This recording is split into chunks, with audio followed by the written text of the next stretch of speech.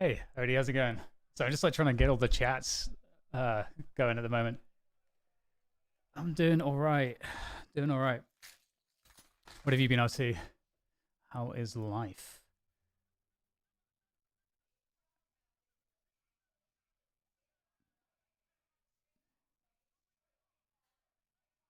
Okay, my YouTube actually is working for once. The stream that is.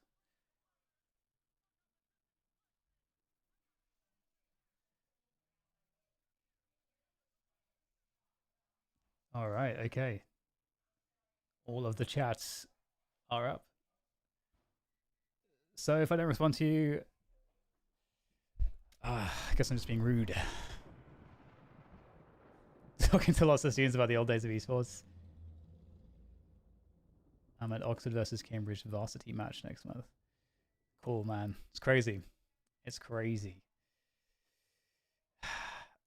So I mean, I signed my first contract with you guys as a player, and that was like 2004, 2005, 2004, 2005. One of the two. So, so it's crazy. It's crazy. Just thinking about that from a reflection point of view. It's things have changed so much. Back then, it was not cool to be a gamer at school. Like no one actually gave a shit. In fact, I got bullied for being a nerd. You know, it's like, yeah, it's been a long road. It's actually hilarious. Kids would call me Quake. That was like a nickname they had for me, but it was like not in a nice way, you know. Like it was certainly not in a good way. Yeah, kids don't know about Quake, which is a shame. That's cool. That's really cool. The esports industry is really weird, though. It's a very very strange industry because it doesn't feel like anyone has really figured out how to monetize it yet. Like especially the teams, it seems very very difficult to do that. The creator economy though is certainly booming, and that's definitely a good place to be. But the esports side of things is tough. Yeah, it's really hard to know too how much of it in some cases is due to esports teams themselves just not having, not being well run enough, to just put it simply, I suppose, in one way or another. And I think there's been a lot of there was a huge rush when we had the most money, I suppose, to try to like merge it with the creator economy in a way where you get creators kind of taking ownership of the teams, which in theory kind of made sense, but at the same time, it still seemed like it was too inefficient to try to monetize teams. You had to be like a really well known team, and even then, it was pretty difficult. You actually had to have more than just esports. You'd have to have like cultural impacts. Like FaZe is a great example there, where they started out as just players in this game, and then they became culturally extremely impactful as creators.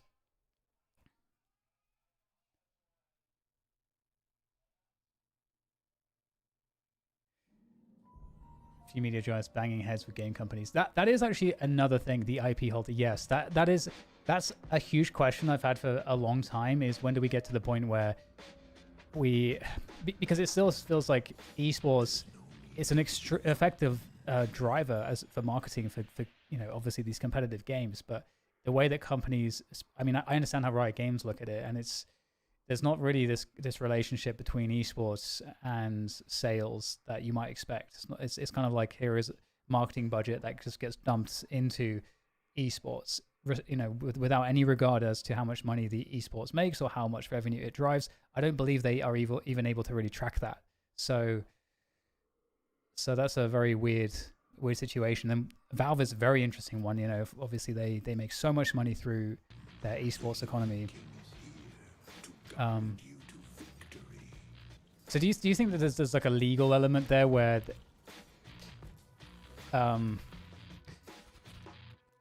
that's, I mean, like what do you think? Are you saying that, let's say, like some level of ownership gets shifted off of the IP owner or something, allowing it to be monetized, or that maybe the dev has to pay out certain amounts of money to groups outside of the like primary IP holder, or like is that kind of what you're getting at, Odie? Royalty, yeah, right, yeah.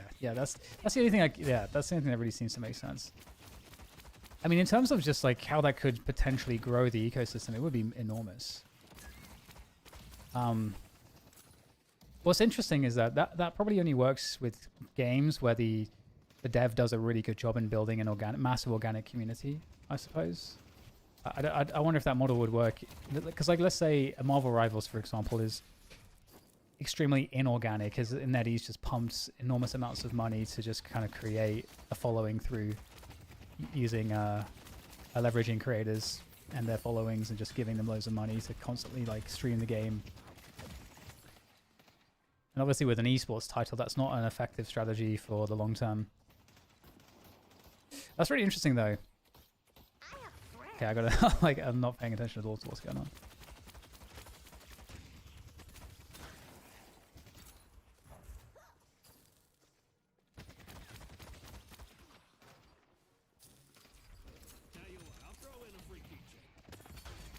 So you think that this is going to be something that kind of changes in some time in the near future? Question mark? Because I will say as well, like it's always been very interesting the amount of careers that have been really stymied, I think, by the fact that there's kind of like a lot of money that's kind of just like missing. I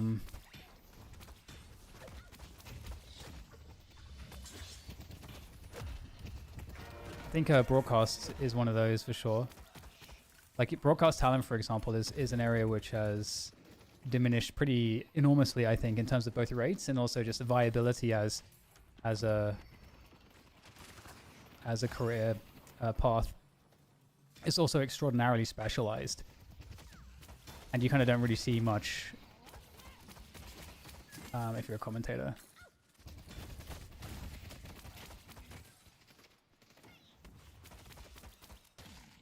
Very Indian streamer, nice. That's so interesting that it still feels like they're so late, Odie. Because what was really interesting was Turner Sports. Obviously, I got to work on that with E-League at the beginning. They kind of recognized this very early on. They were like, "Oh, we don't have this demographic is just disappearing from our screens." And where are they going? Well, they're going to like Twitch, and so they tried to make an esports product, and they tried to put it on TV, and that did not work. Ultimately, it was more profitable for them to just keep running reruns of The Big Bang Theory. That was much more effective for them, and so they ended up eventually having to cancel E-League, which was very sad. So what mechanism will these media companies actually have to do anything? Is this by buying TOs or creating leagues, or like what mechanism? In what way does this kind of play out, do you think? Like, super. It is very interesting though.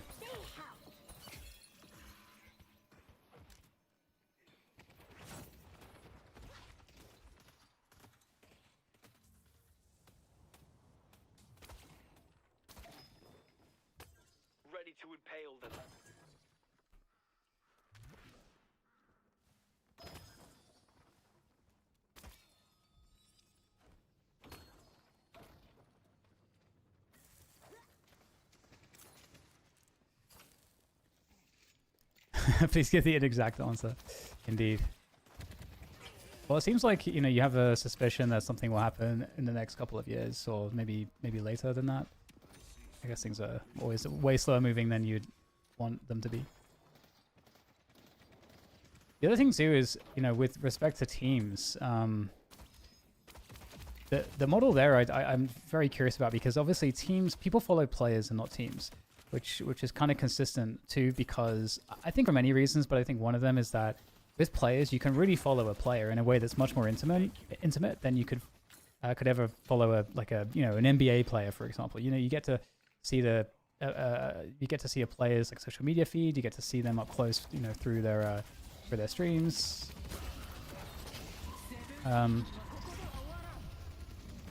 So there's like a lot more access you get to that player, and you can invest in, you know, they become creators. You invest in their YouTube channel and their other social channels, and it's just very, very different. And then in addition to that, esports teams, you know, players don't last very long in esports teams. Like they come and go, rosters change all the time.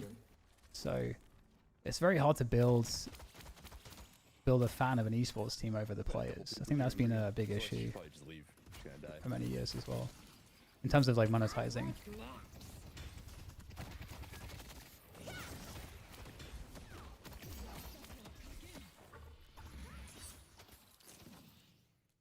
I should have slept him. That was...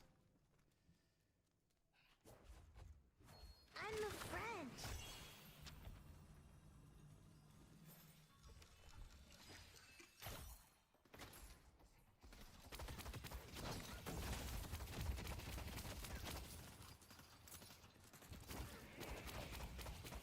Don't go running off on me.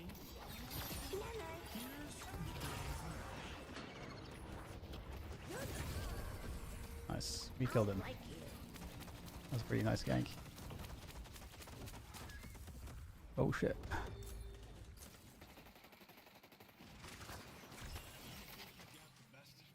Okay, take back. Oh, well, okay, is that a gold? That'd be really cool.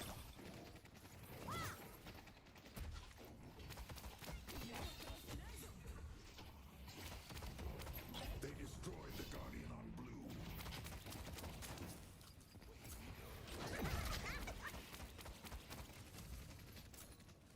And if you get dig back, that'd be very cool. They do lots of things.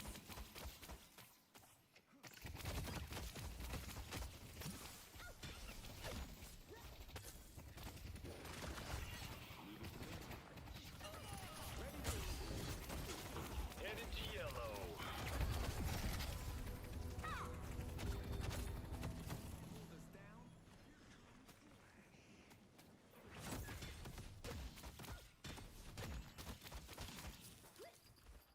I am very low on HP. I can get. I don't go selling these to just anyone. All right, have a good night. Thanks for coming by. It's great to just chat to you, even if it was for a short moment. Oh, I couldn't heal in time. This is how Alright, it Pete. starts. By the way, lane has gone pretty well overall. Sinners are all spawned, so I should probably grab those. Oh, I have to defend the lane. Actually, I don't have to defend the lane.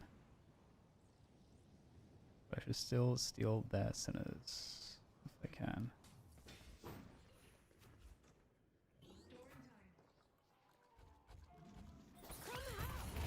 Oh my god. Why is their entire team here? That's insane.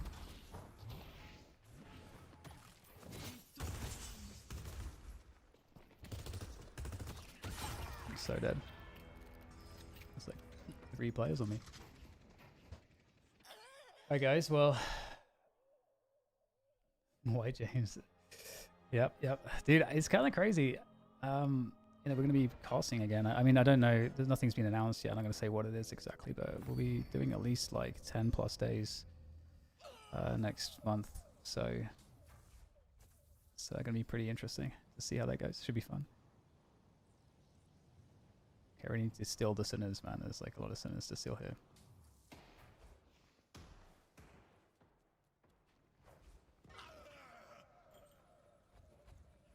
They're great at shuffleboard.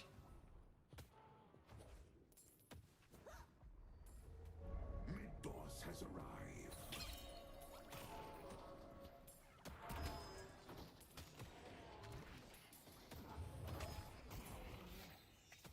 Shall we dance?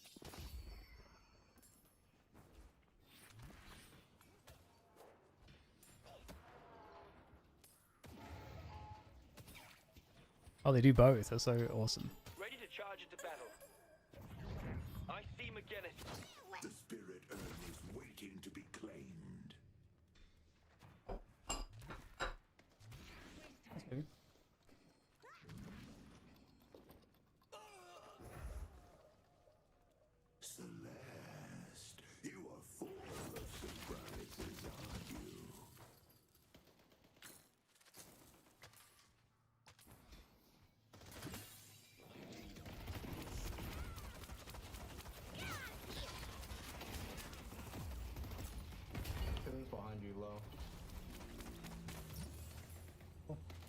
yummy.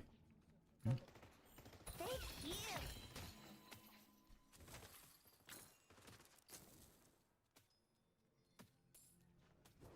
Gonna try to pressure this left lane.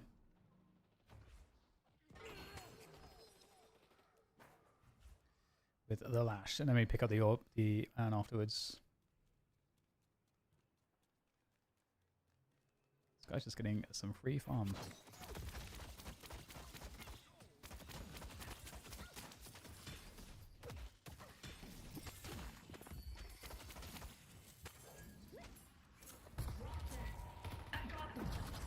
Okay. I'm absolutely dead as fuck. Well, that sucks. I didn't see the Paradox coming to gank me there. We didn't have any map vision here, I guess. I mean, there wasn't really much map vision anyway. We had lanes. This lane was pretty pushed for a while, though. Billy was farming here. Lash left the lane. I guess I didn't need to go and capture like that deep. I captured that wave that deep, I suppose. I took the wrong zip actually because I'm gonna need to help this guy defend. Can I save him? You're not gonna get there in time, I don't think. I'm just gonna close my eyes for a second. I took out Billy. Let your rage spill forth, Billy.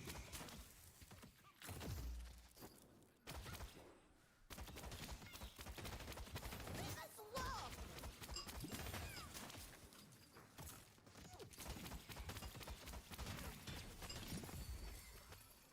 Yep.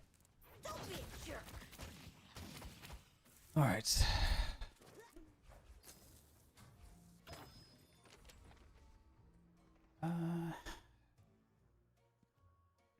Guardian wards.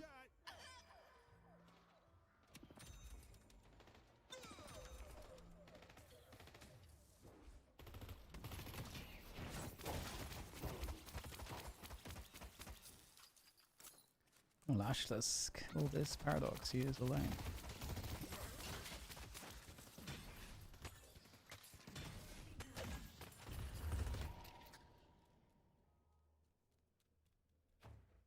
Okay, can finally get the iron, which is what I wanted to get all along.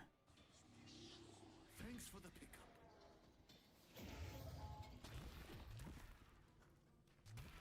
pickup. Oh my god, I can't actually get that. Insane. Excuse me, what the? I just like get onto this jump pad. That's so ridiculous. So ridiculous.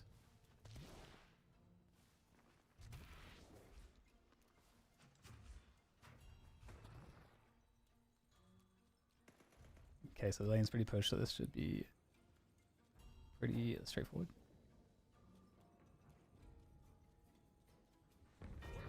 They destroyed the Guardian on yellow. Yeah.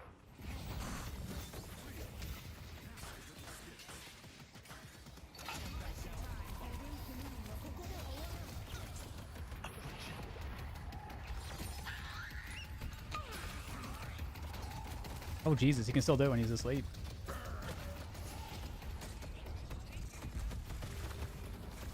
Keep your eye on the ball, boys and girls. They will grow to feel the fence's blade. Jesus Christ. Very clunky game of Rem, but kinda getting the better of things mostly. Alright, here we go.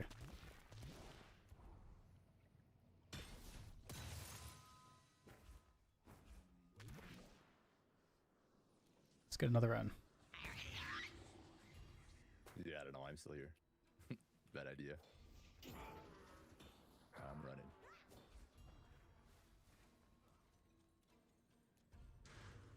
Head to Paradox, maybe?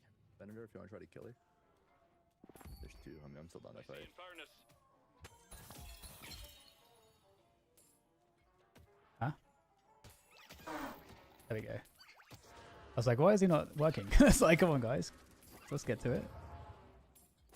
Kind of make me money. Okay, gotta kill these dudes before I can get the end.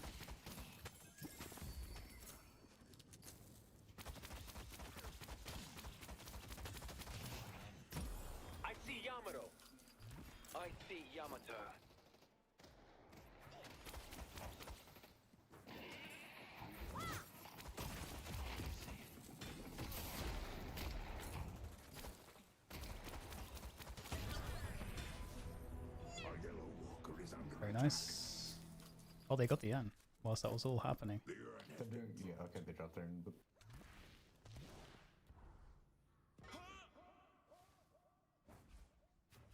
I might be able to steal it here. Come on in.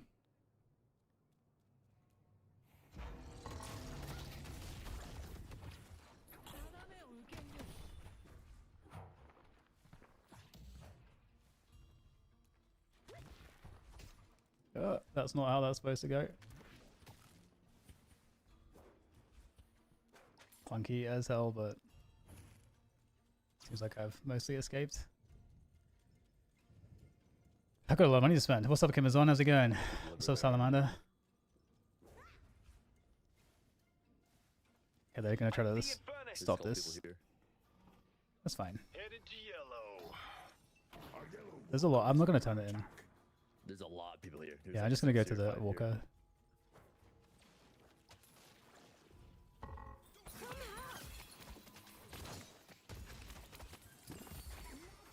Dude, that shit is running away. Curious sense of humor.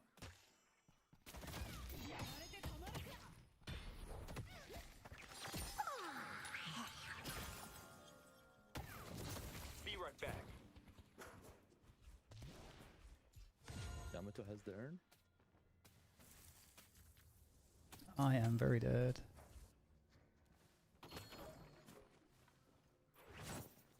they claim the urn.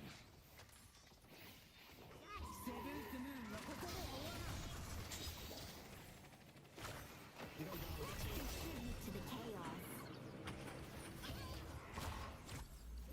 Maybe we can get yellow walker. Walker is under attack. Headed to blue. Lots of things.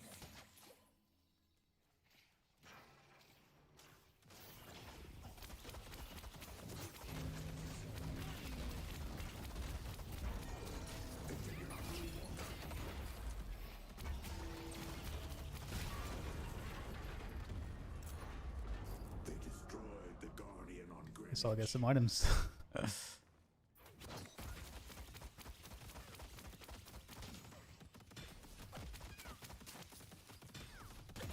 Steal the creeps, always good to do.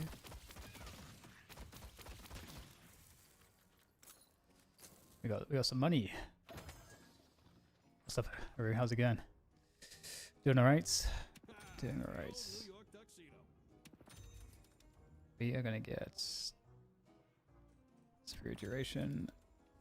Okay, there you go. First time I've been in the underground here.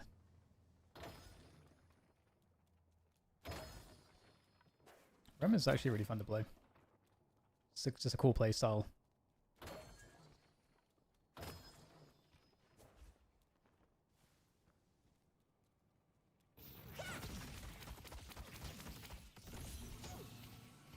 I can't actually use my gun. I'm doing that.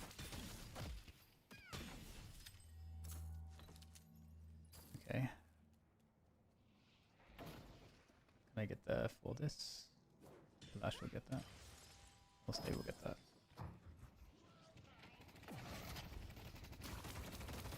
They're all missing. Be careful. You are adorable.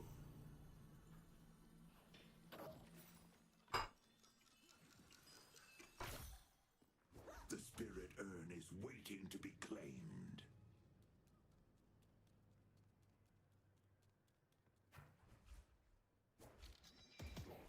I see paradox. Paradox. Someone sees paradox. I'm coming.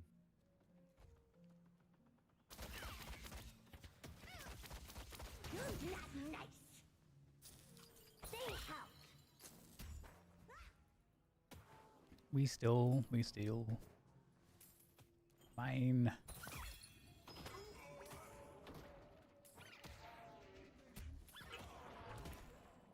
Damn it, shot cursed immediately. Greenwich is under attack.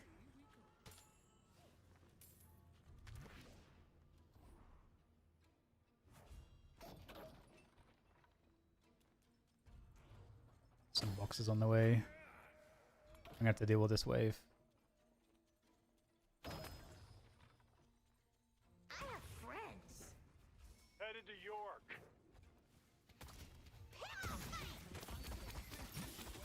This day got a lot more exciting. I'll run the yellow one spawn.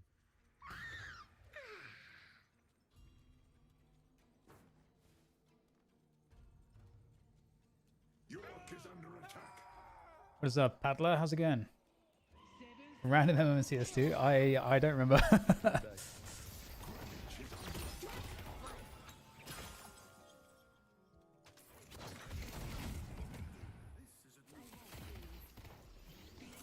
You make me feel safe. I see pocket.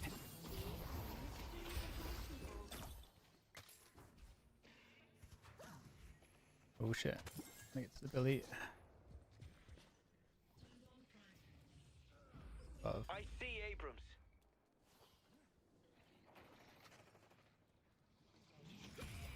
The urn has been dropped. Love to see it. Way to go! Guess we're gonna see what happens. Oh, I can get these. The double centers are up. Nope. Bring your enemies low.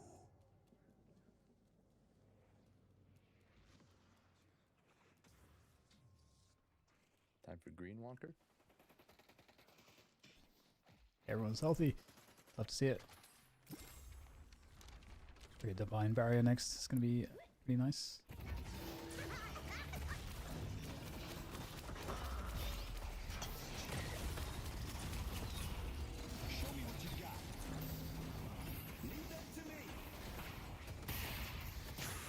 Where's my teammates?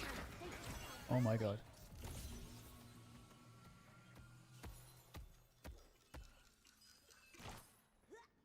Affliction really hurts.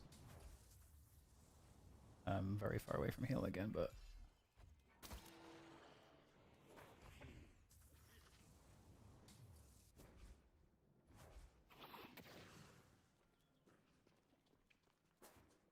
Divine Barrier up. You're adorable, Rem. Maybe I'll just get Boundless next. We're going yellow. Power up the heal. Heal scales with that, right? Yeah. Yeah, their best player by far is Paradox, so just blow everything on her every time, and we'll be fine.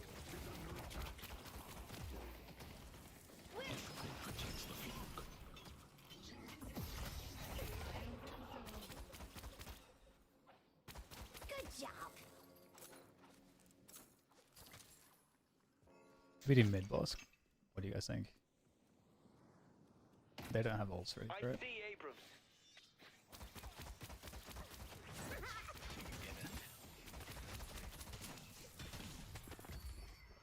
I like Nap. Abrams in the little room to the right.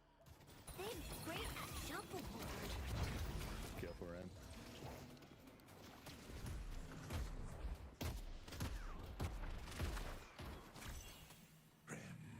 Without your help, we would be in peril.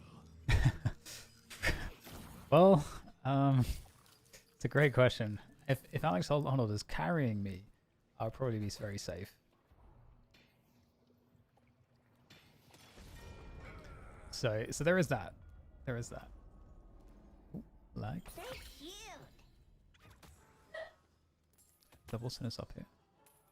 Yes. Has anybody else been hit with a swap? The spirit urn is waiting to be claimed. Yeah, nah. I've been hit with 4.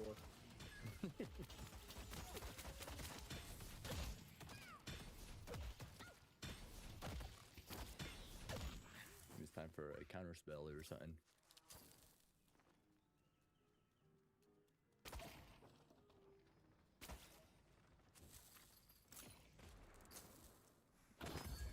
A boon from our patron. That's up the jump there.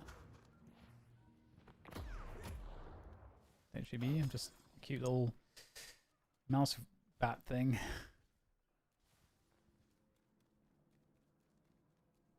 Oops.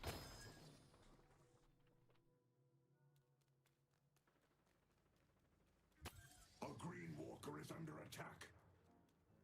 On me? I got swapped. Dead.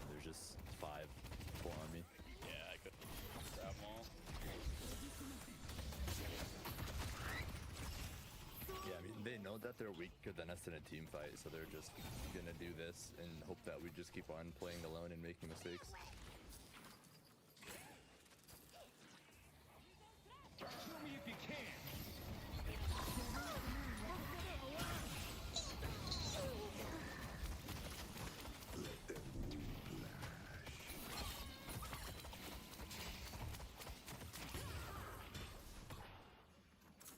I don't know about you guys, but I'm not stopping anytime soon. Headed to York.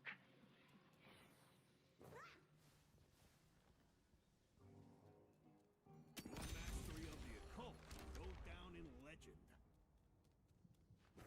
Oh, I'm in danger. Our yellow walker is under attack. I'm coming for Guinness Slash. I see McGinnis. Move off.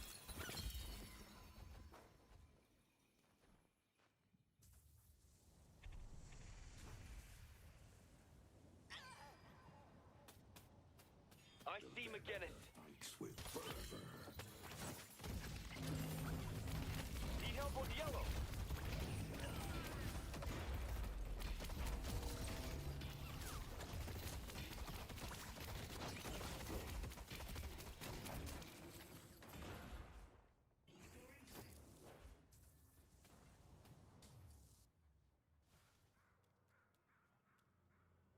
Crazy question.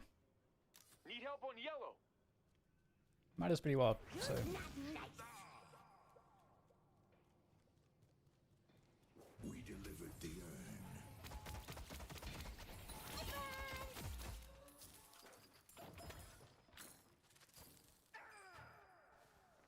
I'm on cleanup duty right now. I gotta clean up this lane.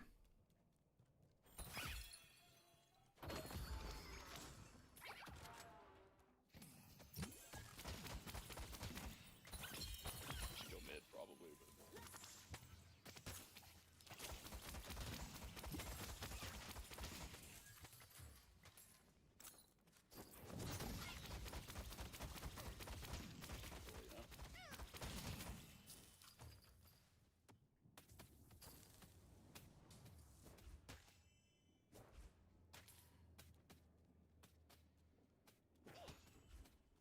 Someone's buy real quick. All right. So, okay. So I mean, they're all left. We need to like all go run to it right after we get a kill. in a really good spot. In a really good spot.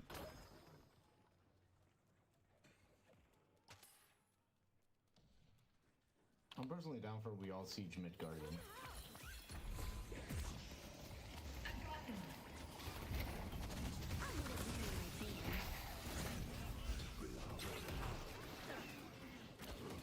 Ah, should have used the barrier on him, please.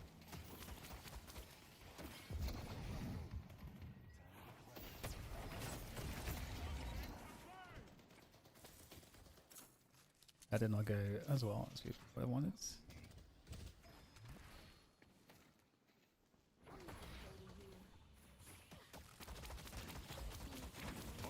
Walker is under attack.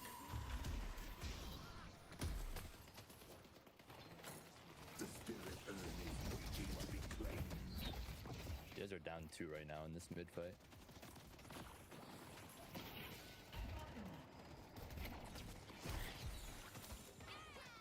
That is Not a unfortunate. good fight. Nah, I got caught. I was trying to get out. Yeah, I mean, just got swap. I mean, for the 2 that are still there. Okay, they should really go to the yellow walker with that. So they're gonna go mid. Oh, maybe they're just running the urn. I don't know. If we can fight them Probably mid not. here while Paradox isn't with them. yeah, they're doing mid definitely. I see Paradox.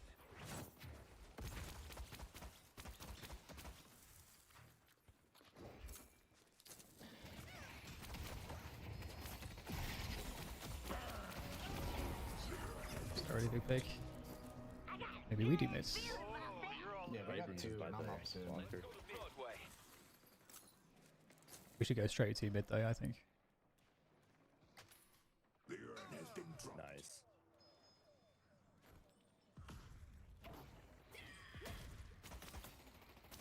So if I clear green wave, y'all can get mid boss. I'll use boost to get there. Revan's not really the best character for this.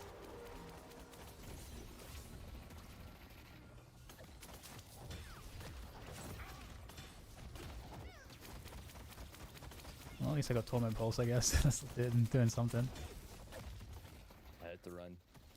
Camus is at 1 HP. This is maybe going to be a little bit annoying. Actually, a lot of them are dead, that's fine. That's fine, that's fine. Loki, I can maybe try to be cheeky and catch the urn while it's going back. What do we want to do? What do we want to do? Okay. Great spot. In a great spot.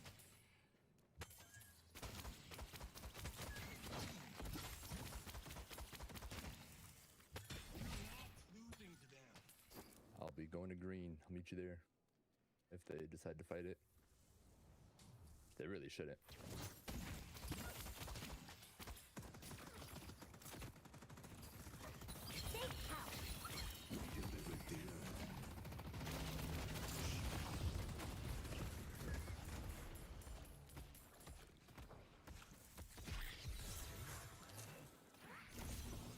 Abrams up. I see Abrams. I see Paradox Paradox. is here too. I'm not chasing. See if we can get that mid walker. It's like 2 HP. I should walk in from behind and get it. Nice. I like my pillow.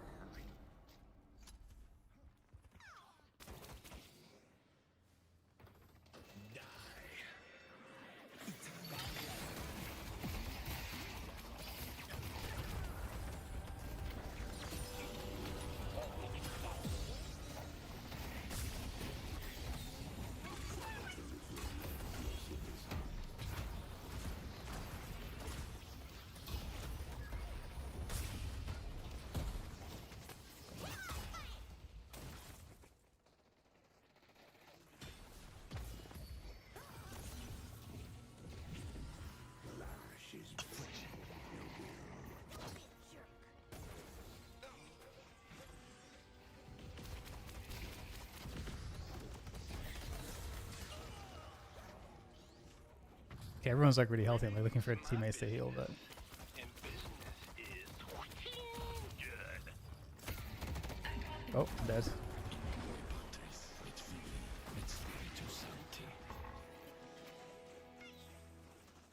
Okay, well the game's in a good spot, I guess. Oh, I got cussed. RIP.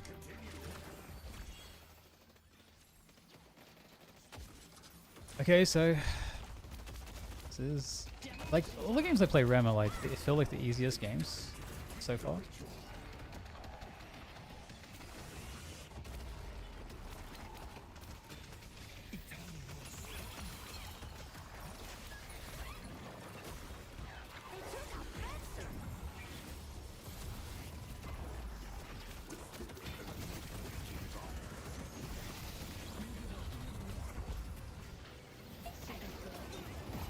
Billy's coming back. Y'all got this. They keep on blowing everything on me, and I'm not the strongest person on this team right now. Big ball.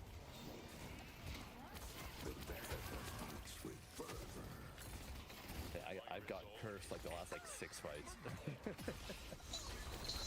Hey, GG's. GG, well played, guys. I hate that Paradox, man. Big ball. All right, there we go. Destroyed them. Okay, nice. Do I get a thank you?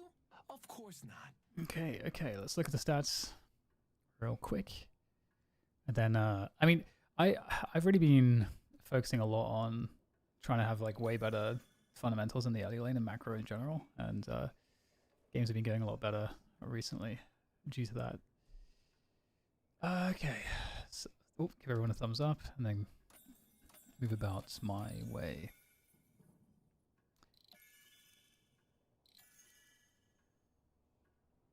Yeah, Rem feels awesome. Okay, so very quickly, just because I need to eat this food.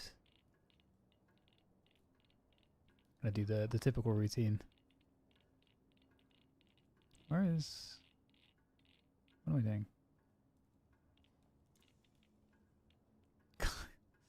Get off my screen.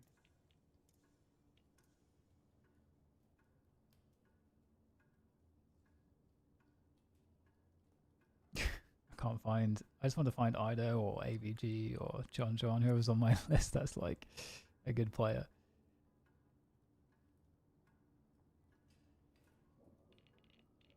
There we go. All right.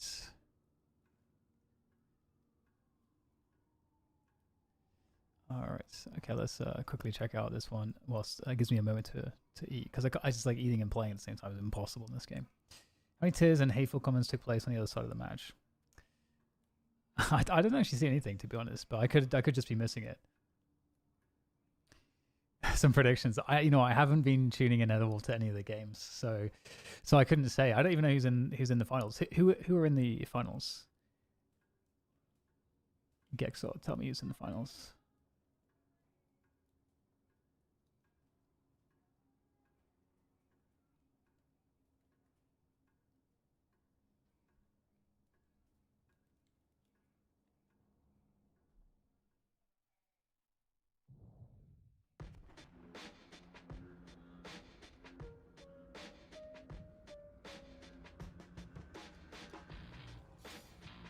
You hide who you are from all but your closest. I probably could have just guessed that, couldn't I? This need not be the case. Summon the Hidden King and usher in a new world with you by her side. How has Rafa been? Because obviously he was coming back into playing Quick Live again, like a little bit later than some of the rest of these guys. I mean, betting against Rafa is never smart. Rafa Cypher final is something I would always be rooting for.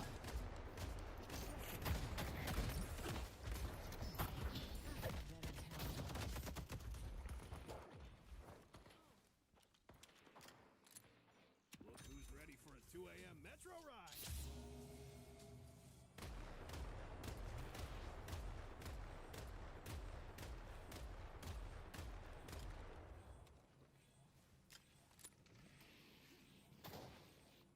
Pull back.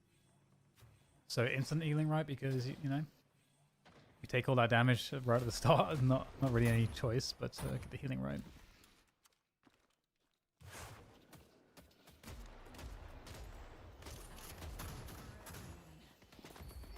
I need to stay unpredictable. Pull back. Light Eater's almost ready. 1 sec, guys. Okay.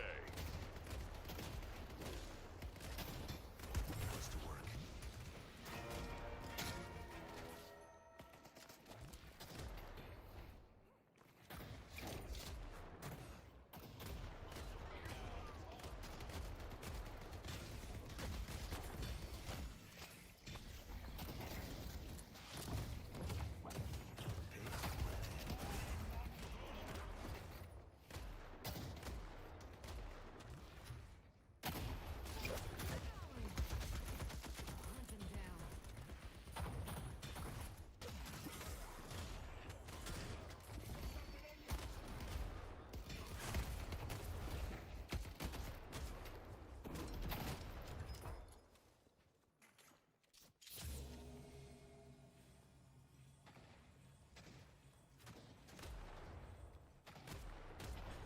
All right. So this spot where Ido is now is really nice. If you're on these side lanes as Pocket, you can get some really good angles for Barrage. Case in point, Sinclair's missing. you can juke around all these like corridors. You can get the pressure on where like you can steal these boxes. It's a really strong spot to have.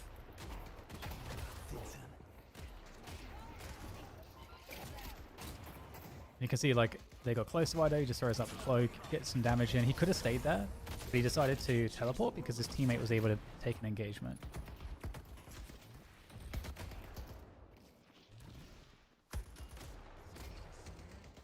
Okay, Ido's in a difficult spot, but his Pocket, he's trying to outplay with his low HP, just like playing off the cooldowns, giving him options. Senators are very scary though. He's going for the Hail Mary onto the health creep, but respawned really fast. Yeah, he could have escaped with the cloak, but he decided to try to go for the outplay, which you gotta respect it.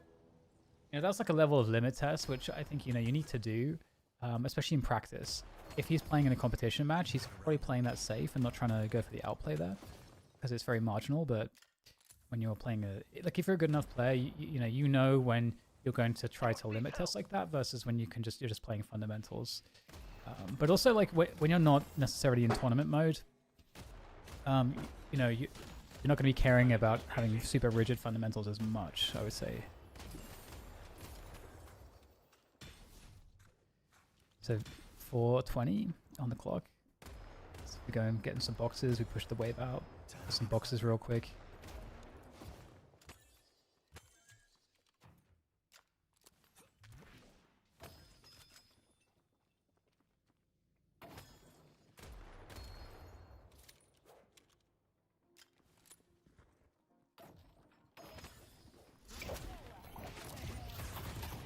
Sealing the enemy resources always good. The funny thing is, my level of play, I never get challenged when I do this. But I see I do get challenged all the time when he's running boxes. Yeah, there's the buffs, they're up, but we are prioritizing the boxes.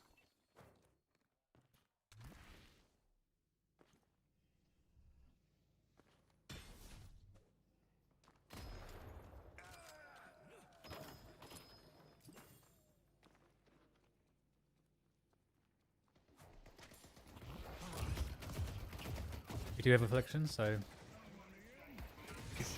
there we go, we pop it. And it's just really, really nice. Does the wolf form cancel the affliction? I wonder.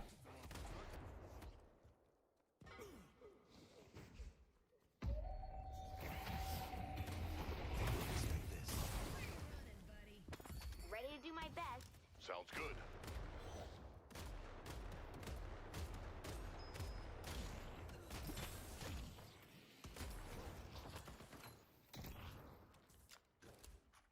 Yamato's missing. Thank you, Peddler.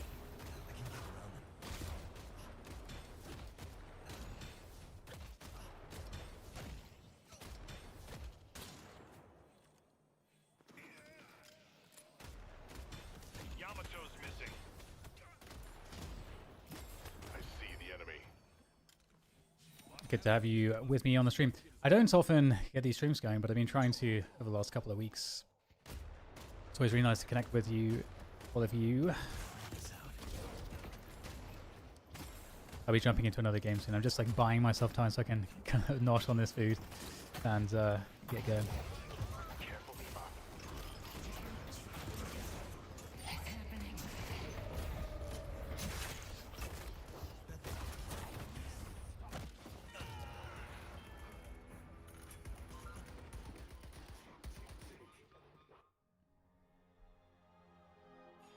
Almost done. I see the enemy.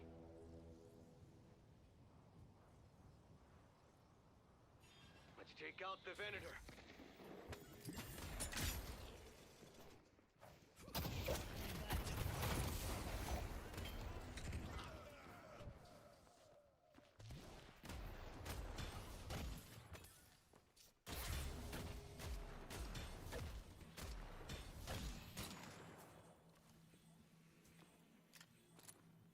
Good luck completing the ritual.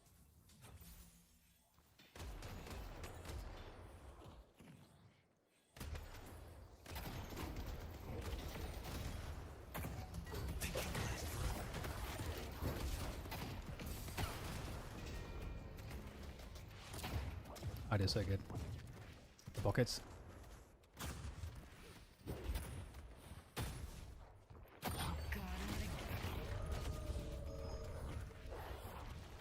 Oh.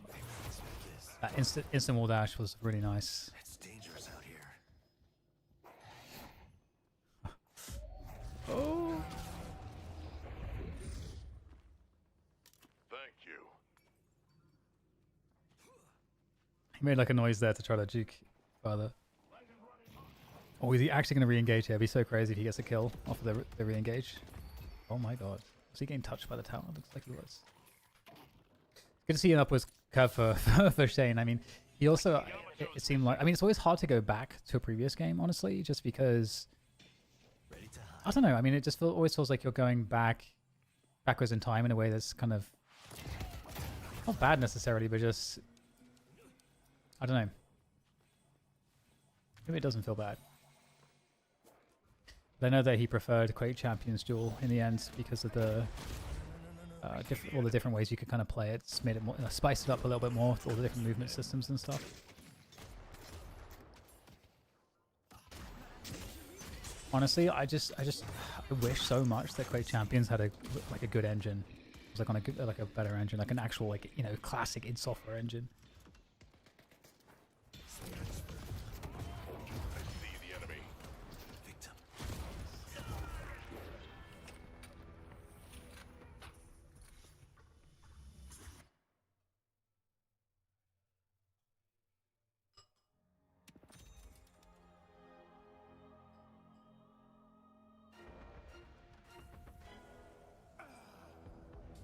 They've taken our Blue Guardian.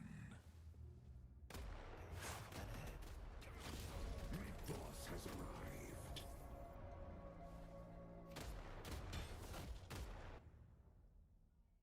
All right, we're gonna jump into a game ourselves. Good luck outside. Maybe the Infernus isn't the one. I ain't about that life anymore. New Quake title, I don't know, I mean, I've seen stuff as well. I don't believe anything that I see. It would be really cool, but at the same time, like, all the best Quake titles were made, when John Carmack was still at id Software, in my opinion. Obviously, the community did a lot to take it over the line with the mods, like, OSP and then CPMA. But ultimately, Quake Live was the same as Quake 3. It was basically the same game. So, Quake 4 and Quake Champions, I think, I don't know. I mean, I guess they're okay, but the problem is that you didn't, with both Quake 4 and Quake Champions, the engines just weren't nearly as good as the original ones. I mean, again, you lost John Carmack, so what are you going to do?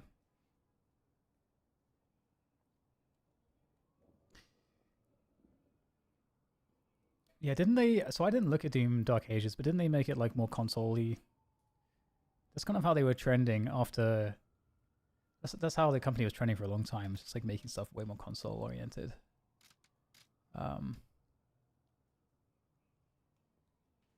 Rem Pocket. Helping liches are one thing. Well, today is about to. Honest, when I come for you, you're gonna. Michelle, I'll do whatever it takes to save me. It's important to never overlook the help. Oh, client's out of date. All right, be right back. BRB.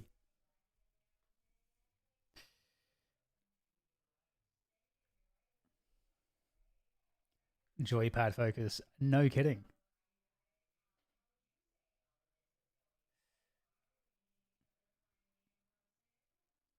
And my cameras are so overexposed. Look how I shine. I'm shining like I'm a celestial being.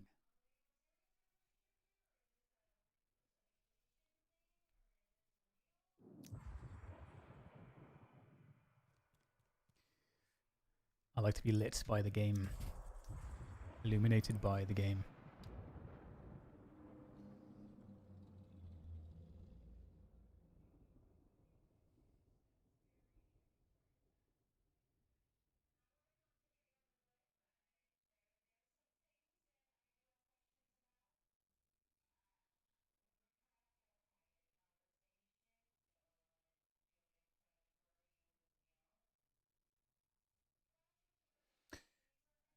Okay. Okay.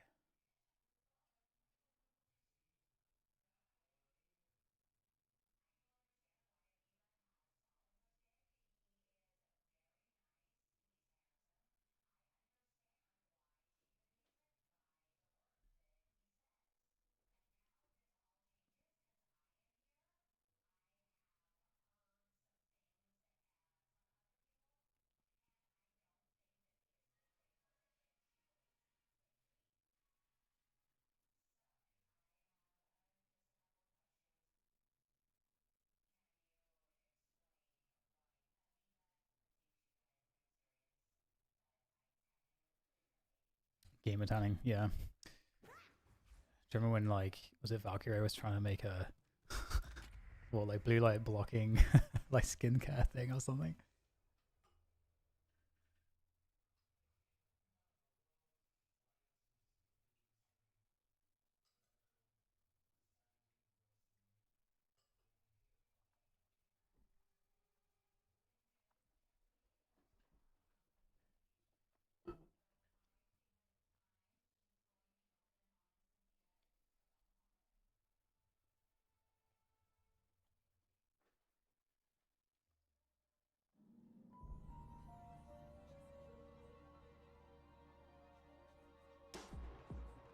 Doom the mobile game, yeah. Makes sense, makes sense. I'm laning with Graves against Victor and Holiday. Honestly, that's a very irritating lane to be on.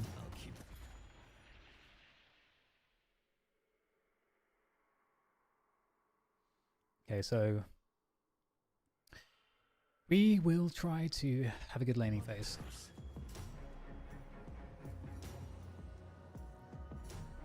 We had a decent lineup.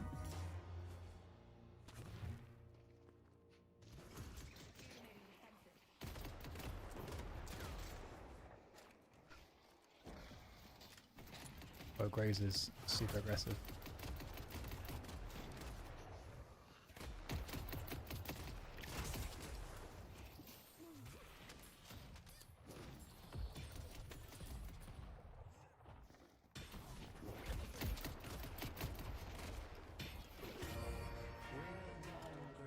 There you go. Love to see it.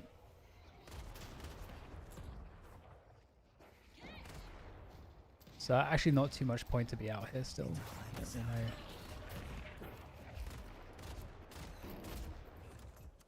It's like kind of just wasting your HP. There's another thing I'm trying to be very very like good on is making sure that my HP usage is very efficient. There's nothing really to do on the lane at that point, like, because nothing spawned, no boxes, nothing, right? Nothing spawned, so you know, it doesn't really make sense to be out there trying to like shoot them at the tower, because even if you kill the creeps, that's also not helpful to do that at that time. I don't think. I think it's more helpful to just try and maintain your HP. That's like the best use of time I can. Nice job, Abrams. I'm like trying to shoot the skulls. Let's take out Victor.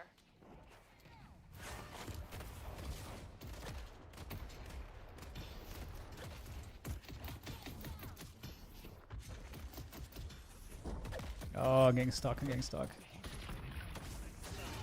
That sucks. I got stuck twice there. Looking to hook someone. And the first getting stuck, like he managed to get a heavy melee on me. So I just used my parry. That was horrendous. I bet you anything. When people ever say this, like someone's hacking, it's never the case. It's just that they really suck and they are inting. That's been my experience so far. Could it be so that you are just inting?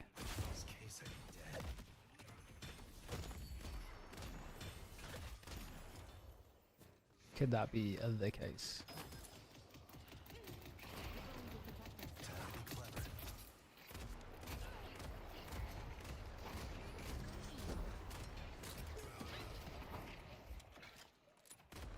I got something for all of you. So like, I think like the Graves, for example, seems extremely aggressive.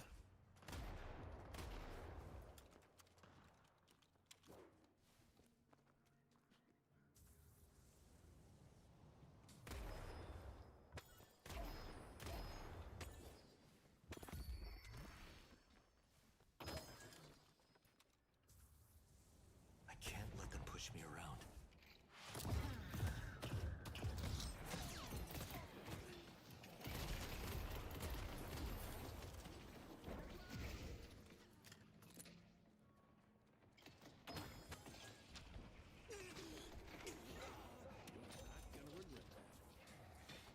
Like, yeah.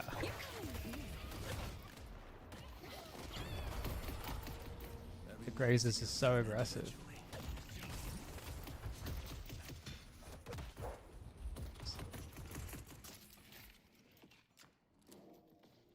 in a way that's just not useful.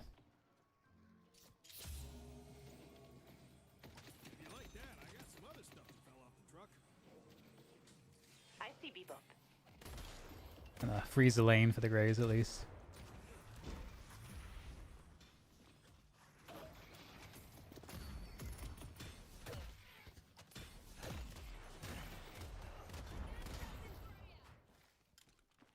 We weren't meant to wield this much power. Okay.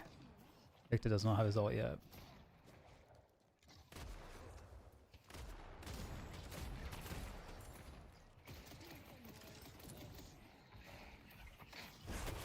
You should run.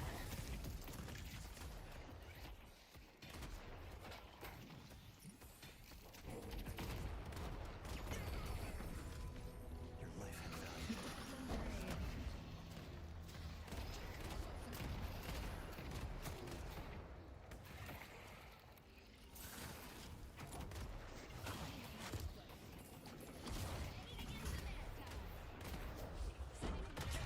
Oh my god, I thought he was on like 1 for some reason. I thought like I saw like just a slither of a red bit of his health bar, but so I was wrong.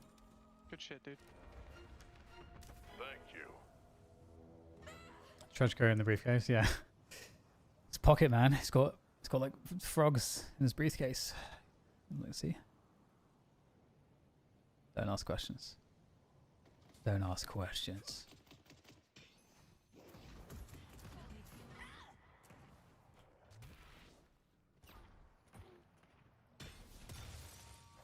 I love how my holiday player, sorry, my Graves player was like, yeah, he's cheating.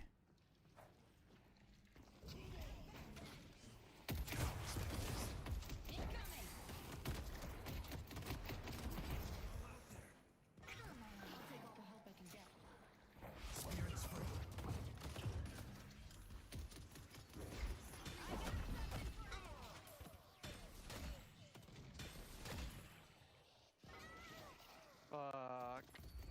Bring your enemies low. Remember New York being so dangerous.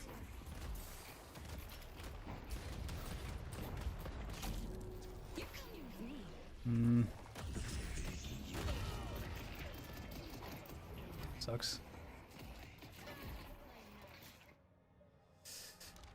Sucks.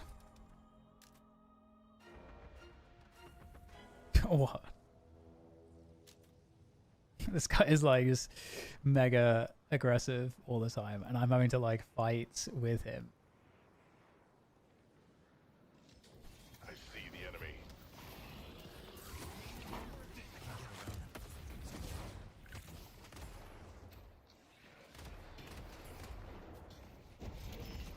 I see Victor.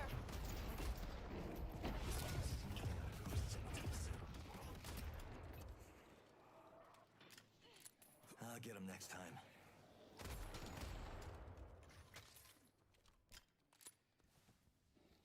The dead will surround them.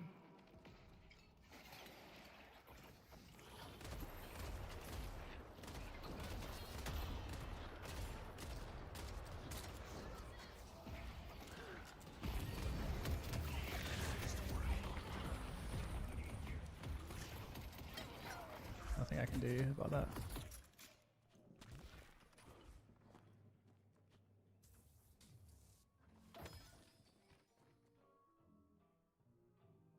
Here's your chance to shape your destiny.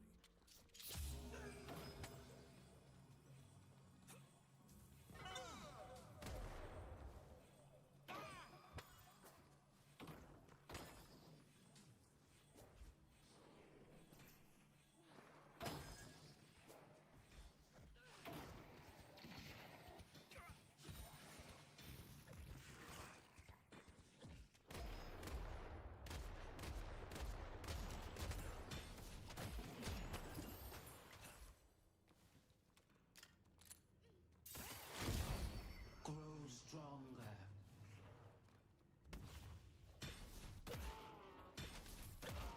Missing green.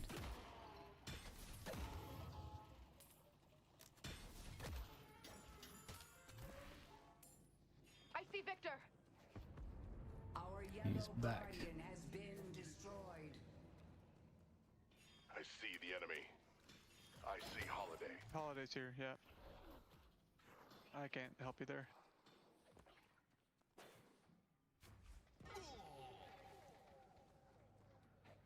Sorry.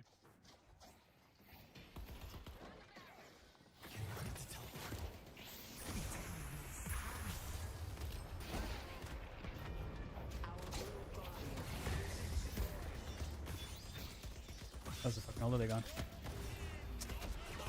Oh, I had the cloak, but oh, the satchel. Rough. It's so hard to pin down a good holiday because I was like trying to cloak intercept the holiday, but it was like too far back, and I should have taken the L on that one and not try to pursue.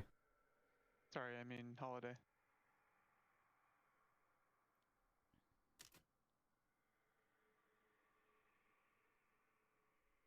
That would have been the more correct thing to do. That's one of the hardest things to do, I think, is to really like recognize when you should go and pursue and when you shouldn't. And it should really be like a series of like checks in your mind, like, oh, I went in, did I get the catch? No. Okay, I should probably like abandon, as opposed to just keeping on going until.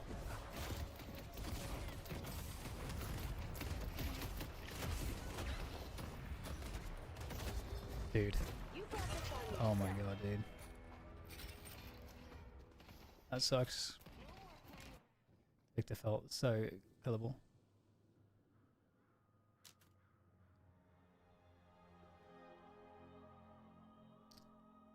I'm trying to help you. You're going aggressive like all the time. It's like he's fighting now. I'm like trying to help him. What the fuck?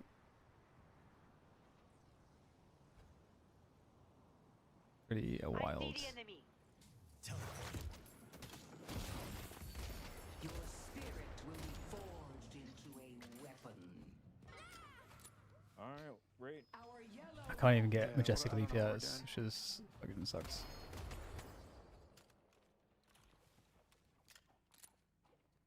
Oh, I need majestic leap so badly.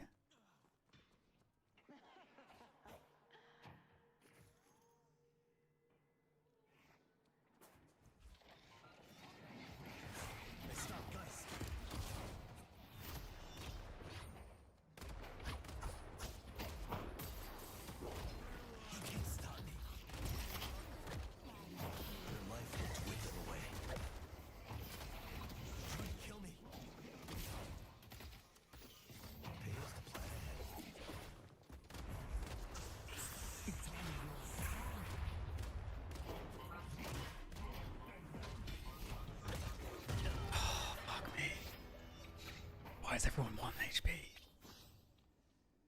Did my satchel come off cooldown too? Was I able to save myself? I bet so. I've heard that a Pro Say game would be a big esport because it's unwatchable.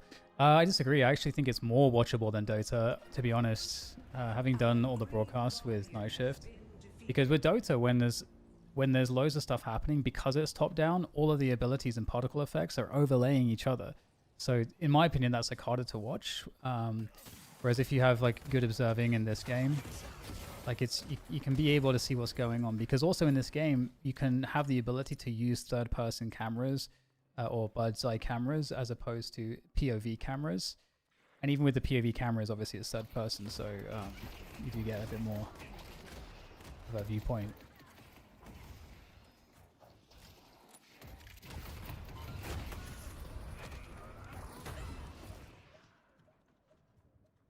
I won't stop until I get what I came for. Our green walker is under attack.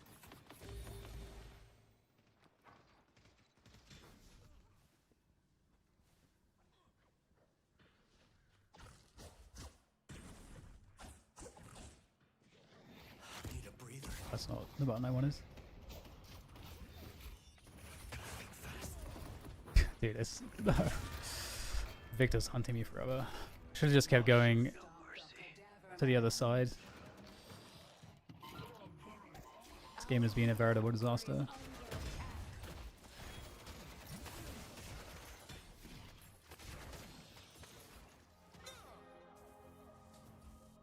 What the fuck?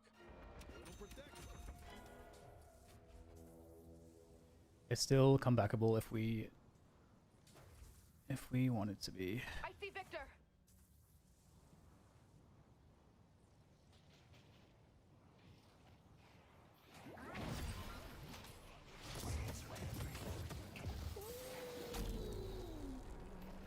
Our green warrior is under attack.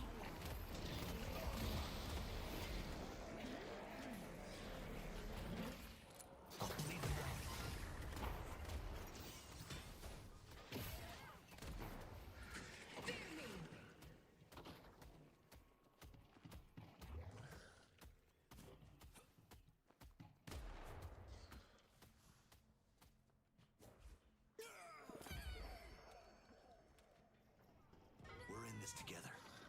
All right. I don't know about you guys, but I'm not stopping anytime soon. Flash behind.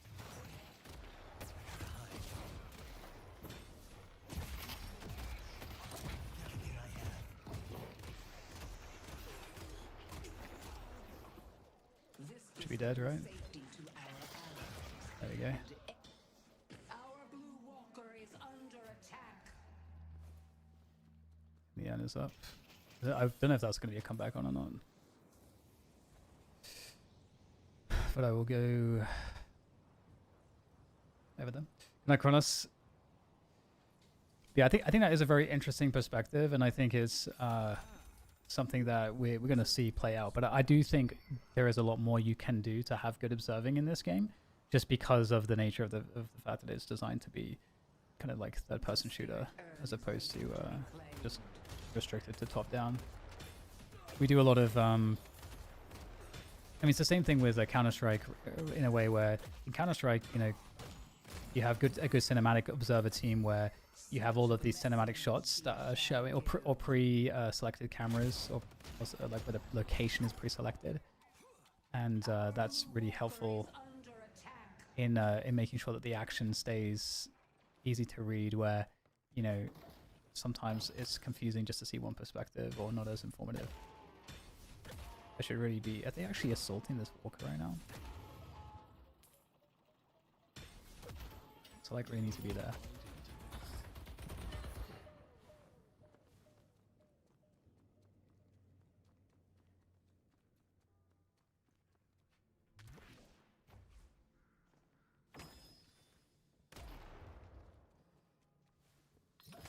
It's not going to be a comeback on just yet, so.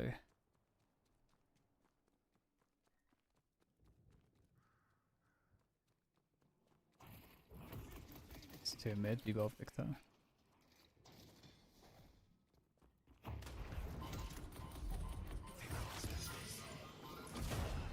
Ouch.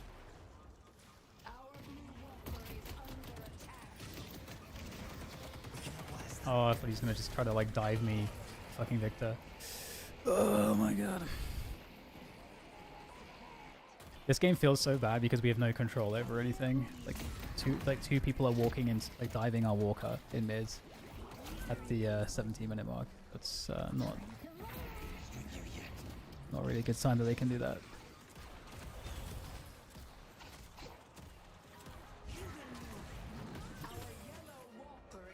At least the Victor gets punished for it. I don't have an affliction to like send these guys away now because I fucking wasted it.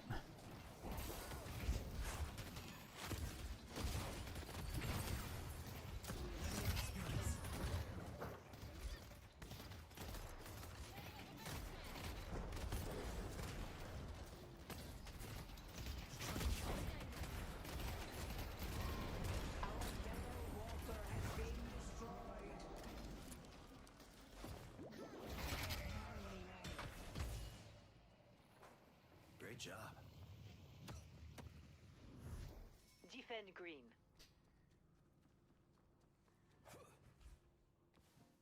Defend green. Defend Greenwich. A little bit of the divine right here in your hot little hands.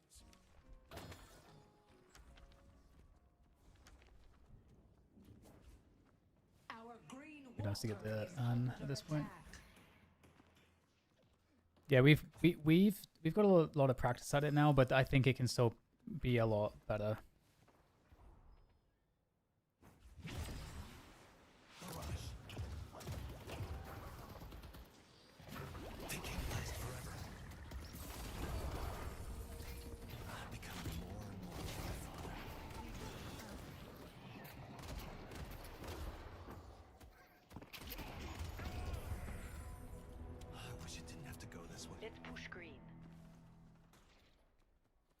was thinking of like getting the urn, but I don't think it's worth, because I think they are gonna have control of that lane anyways, even though we are pushing it right now.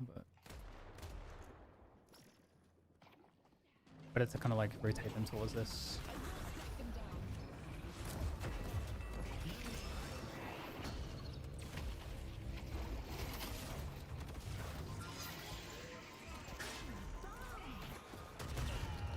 Dude, he's got the Echo Shard.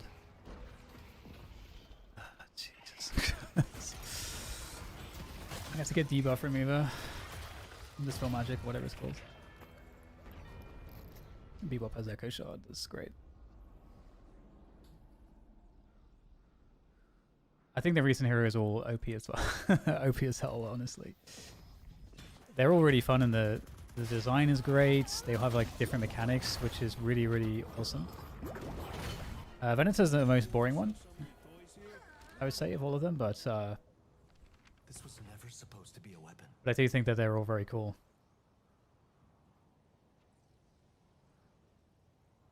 I think Celeste and Apollo might be the most broken, but it's hard because obviously Silver's very good as well. Apollo might be better. It might be Apollo is the best, and then Silver or Celeste. I think Celeste will get... I think Celeste will be easier to nerf. I think her ult is obviously ridiculously strong. Because you can't like block it really. You can counterspell it once, but it just keeps bouncing. So you just kind of block one point, instance of damage. I haven't been watching any of those cups actually. So I can't say about Rafa's shape. The spirit urn is waiting to be claimed. A courier has arrived.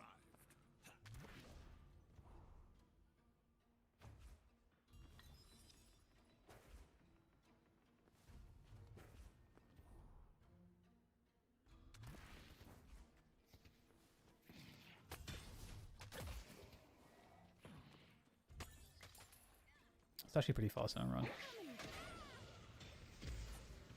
You need to make a stand and stop them.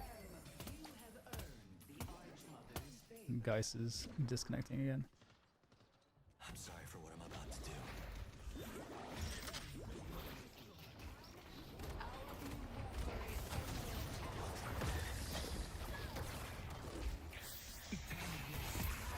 Thanks so much.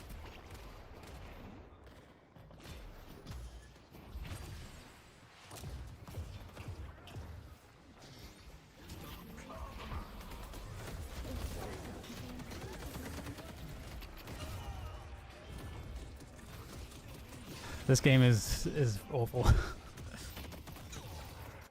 I kind of felt that from the beginning, the laning phase, and just because the Graves was doing this thing where like it's hard to have control of the lane if you are just constantly trying to aggressively trade damage that's really inefficient, which the Graves was doing.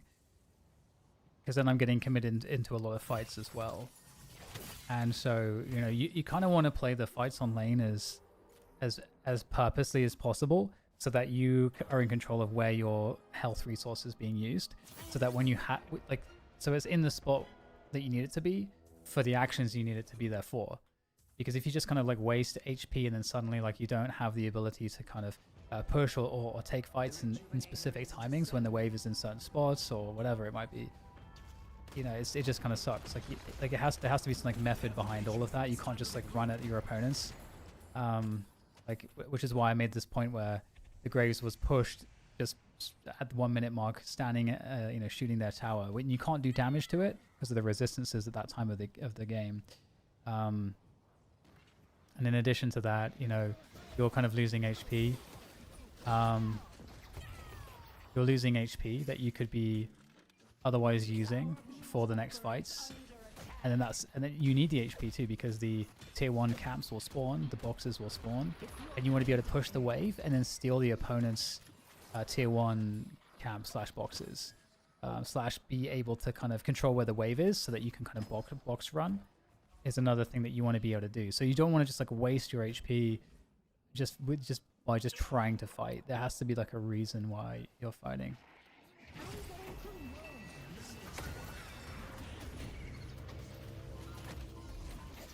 This should be good.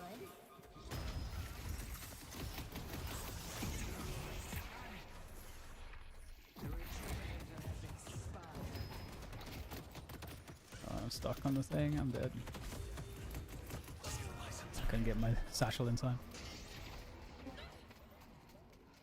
Oh, is it not? Okay.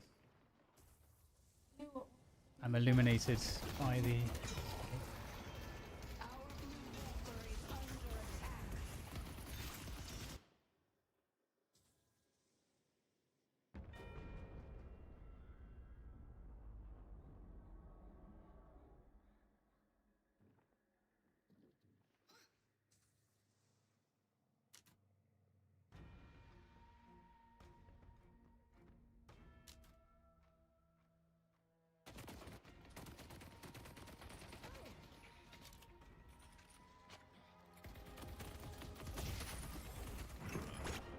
Our Green Walker has been defeated.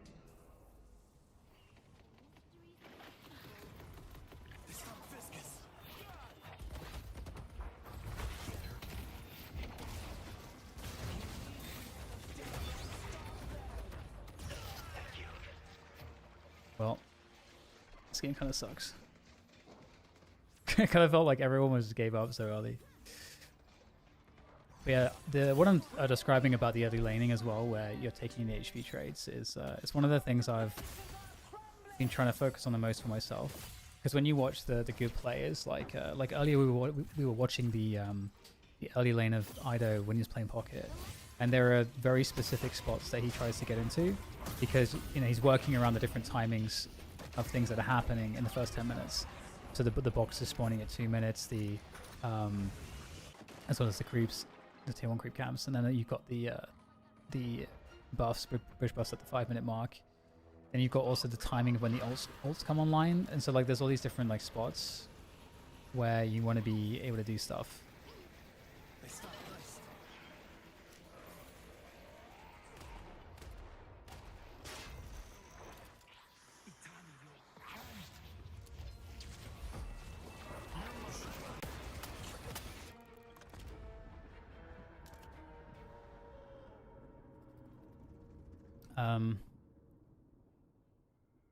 And so if you waste all your HP, then what happens is the opponents get to push the wave and push you.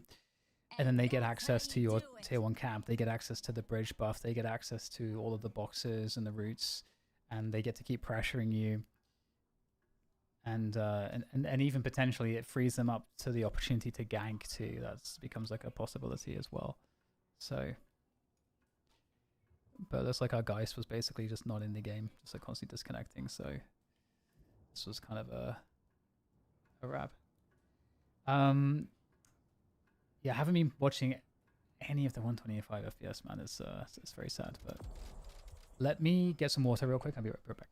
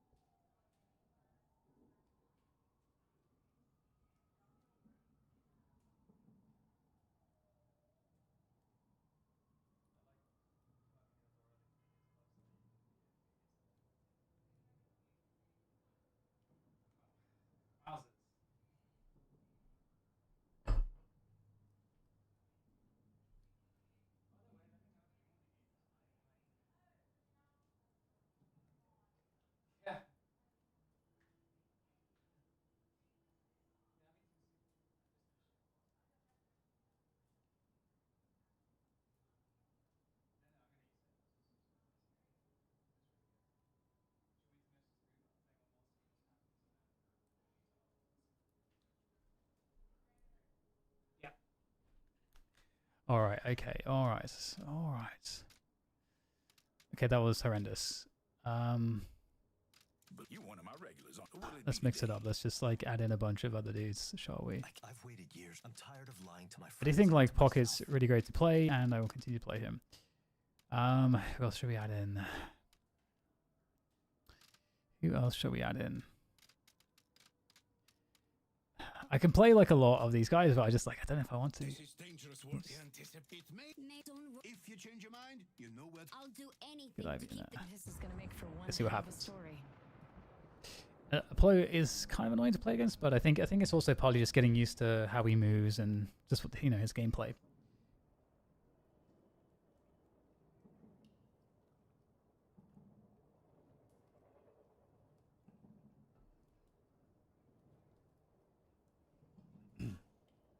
It's gonna be really fun to see what happens on night shift because I think people will want to ban Celeste more than they want to ban Apollo.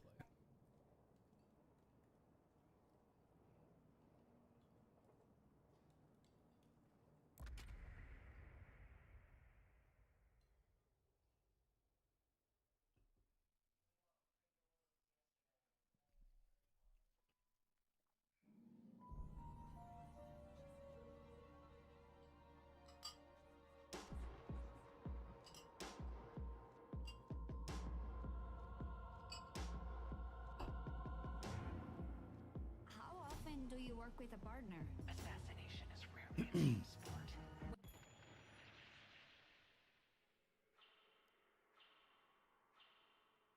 Stick with me. If you let me help Wow. you, Okay. you So can make Gaming one Ivy, out they've of got. it.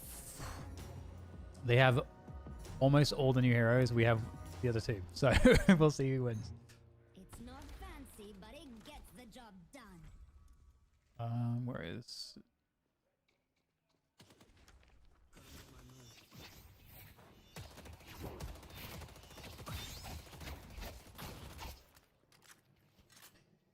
What's up, Red Coats? I appreciate it.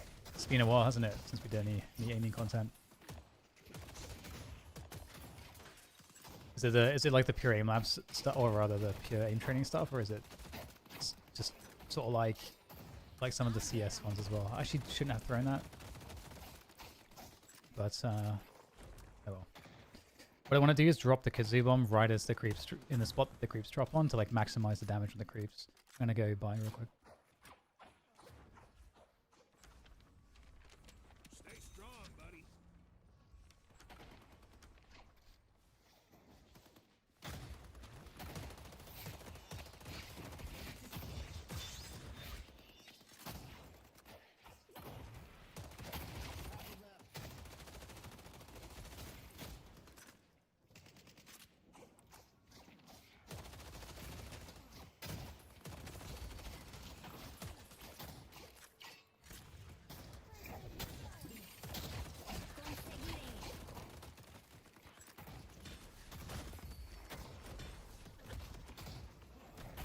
¿Creen que están ganando? Nicely. Okay, so will work. I guess. Kind of.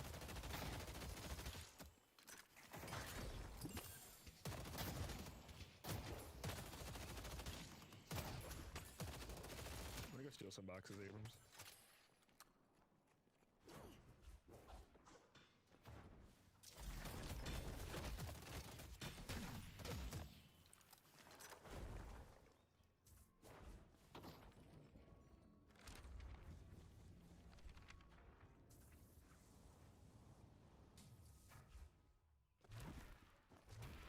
Don't mind me, Celeste. I was just fighting both of them and somehow.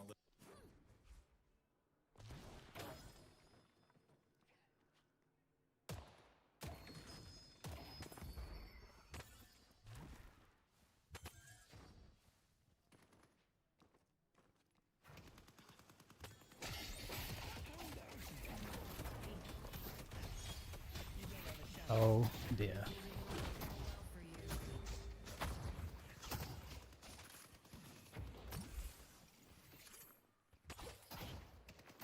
We won't stop. They took our haste.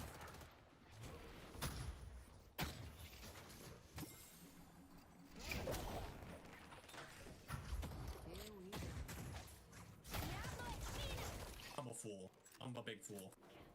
Well, someone's looking to make a statement.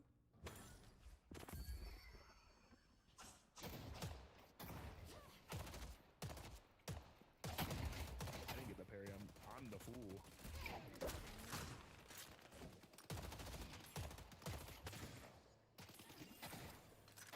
I like plants.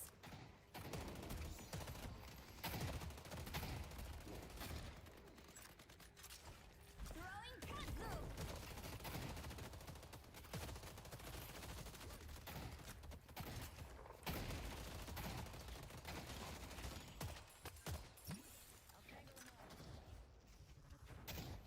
This story isn't over yet.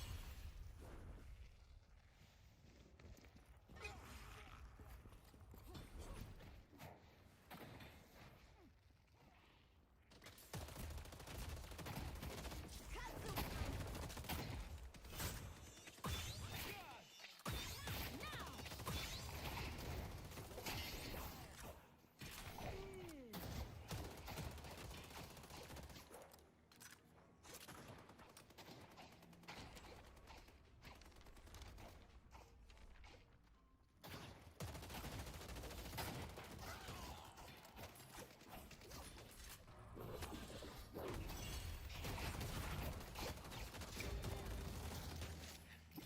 You're going down. I got stuck twice by the roots.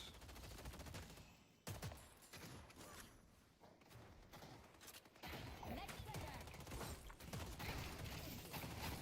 I'm out. Somehow. Oh shit. This is chasing a bit I'm too dead. far. If she keeps chasing, we should kill her. Gracias a Dios.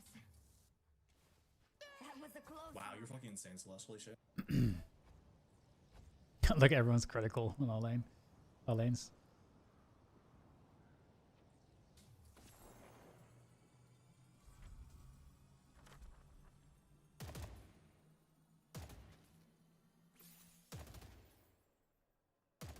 You'll be the last one standing.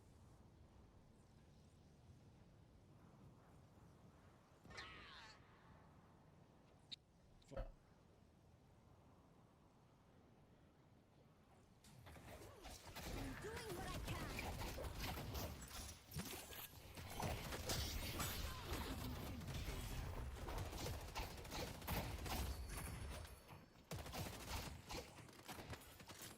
I'm probably gonna teleport green when I get my ult.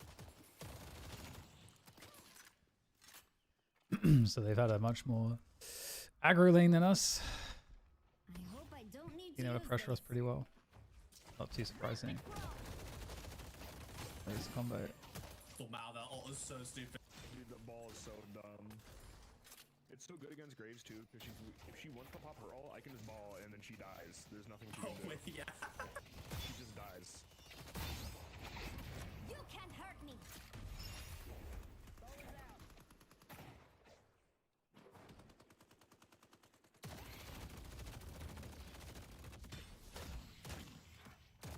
Better, are What? you That okay didn't for a minute if I go teleport green?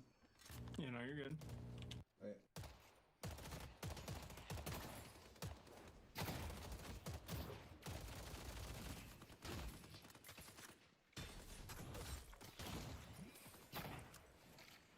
I'm too low to fight, really. Once you get that healer. I might pull up blue actually if they're pushed in.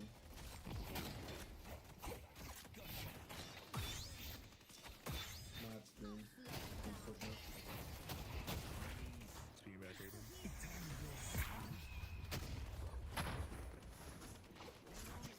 Ya, me voy ahora. Disarm on silver.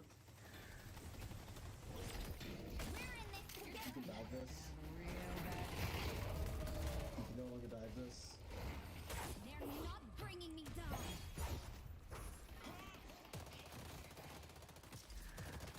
I need to get back to yellow.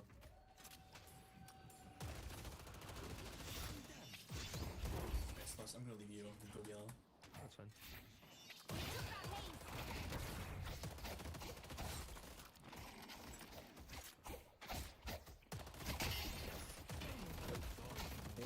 I try and play yellow or are you gonna go in blue? No way. Fine, blue. What actually killed me? Nice. Mystic Burst? Oh, did he get like a parry off in time or something? Because like ability. Damn, that fucking. What's up, Cartoon? How's it going? The fucking kicks. Going pretty well. My teammates are Is enough to get not up. trolling. Everything's fine. How are you doing? My DSLR broke. Makes me sad. Still not over it. So. Probably let it gank yellow because you pushed up. I'm going yellow to counter gank. Oh, as you're an aiming person, Cartoon. Should I like ult up? They think they're in control?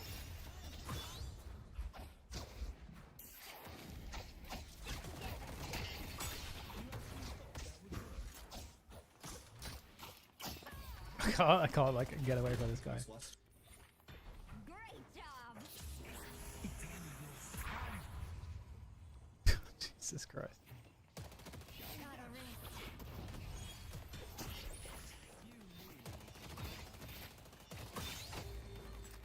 No te dejaré ganar.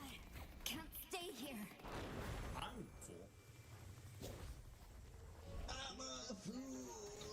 No, dude. It's actually coming there. That's hilarious. Oh yeah, see, because you're an aiming person. Should find you. The lights on here. So I'm aiming with this Stop him out of shot. on a 20 cm, Be careful. 360. So you can see that. That's what we're doing.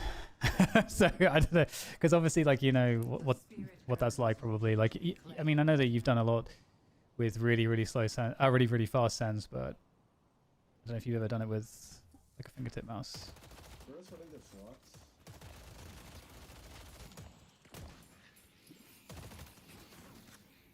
I'll slow them down. Kill their slots.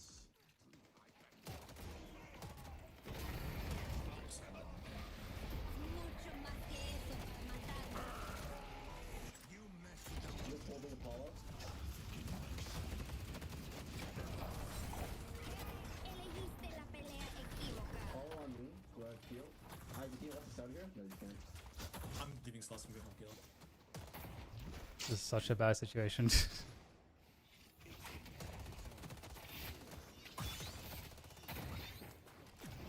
Need help? Yeah, I'm taking Green Walker, boys. It's Gargoyle form come online. It is really fun, yeah.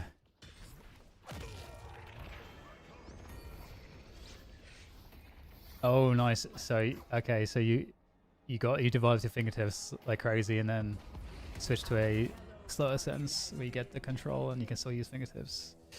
That does make a lot of sense. I mean, I might try to do the same thing and go up to maybe 30 again. We'll see. We'll see. Impressive as always. Hey. I see Ren. I would think that this game, by the way, is like perfect for aim training people because there's like a lot of tracking switching. There's enough like precision, like longer time to kill. Obviously, you know, you're shooting like basically like shooting creeps is basically like playing an aim trainer, to be honest. Ooh, my cultist is back.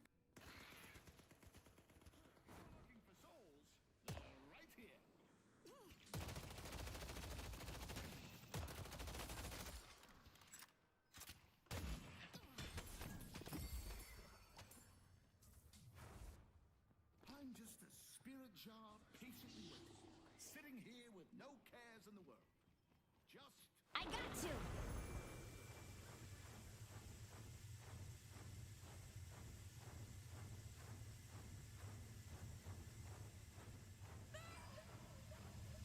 Oh, that's eyeball.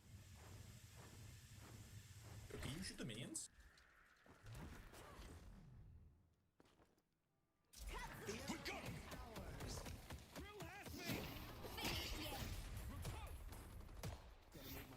There's a bebop right here. It's less. I'm down. It's like that was so slow. I felt like that would be like way faster than it actually was. So that was pretty sad. I've been spot. There's 4 here now. Let's back up. Oh, there's 4 here. I might be baited. Might die. Oh, I'm so sorry. I'm pushing Apollo. It's just full blue. Never mind. It's already dead. Just say, oh man, aim is over packs. It's the last moment. It's just really a last movement. My movement's ass. It's this character's broken.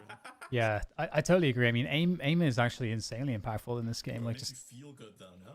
there's you can see it with you can see it by watching the top players where they just don't miss and they just like barely get kills. And especially as you get to like higher levels and people have better and better movement, you need to be able to hit everything. I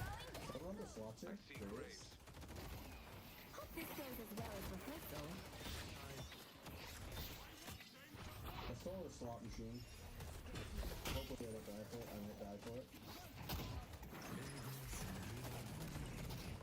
I have ult up. I'm under the bridge. I'm gonna go help, you guys don't need help. You guys are just gamers. I see Bebop. Okay, we got all the lanes pushed. Yeah, that's kind of nice. I got this. Doesn't really heal me very much right now.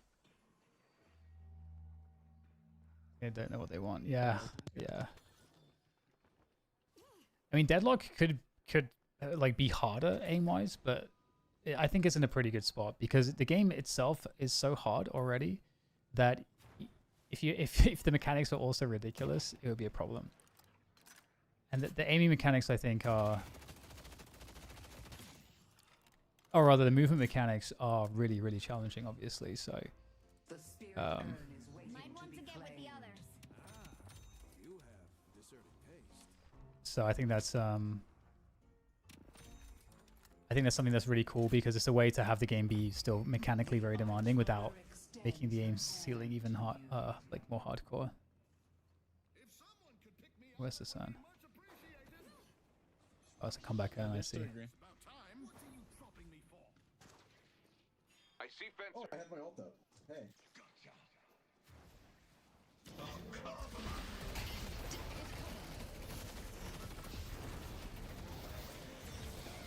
Nice.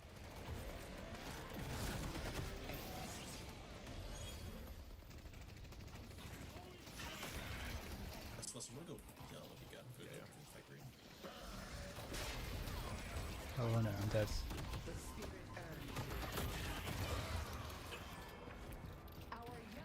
Didn't really have like a good position in that fight.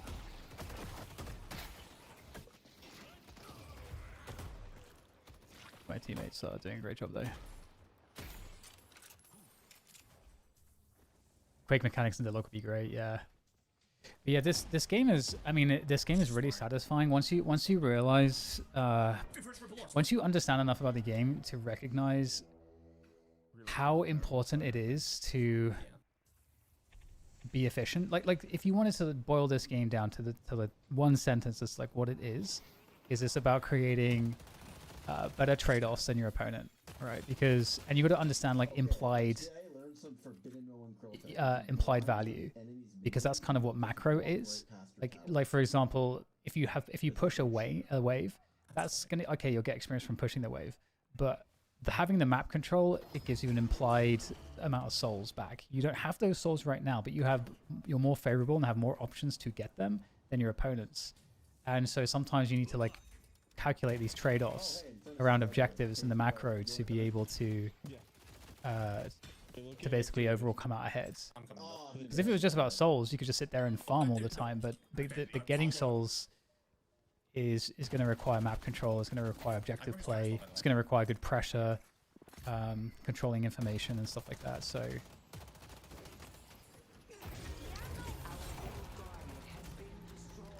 I can't really stop that. It's fine.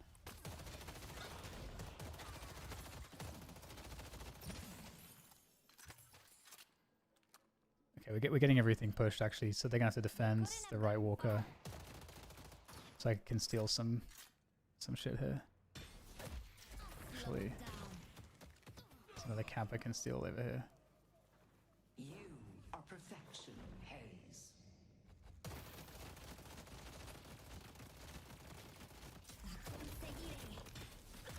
this fucking guy following me? This creepy little gremlin.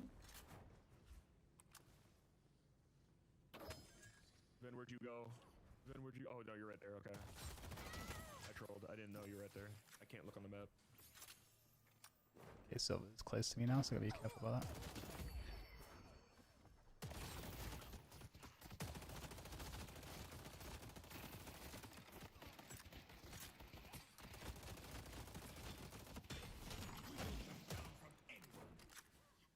Stealing their whole jungle. You brought cover behind us, Ivy. I've got all the one to turn around on him. On me here. Walker is under attack. I'm not finished yet. Knives out.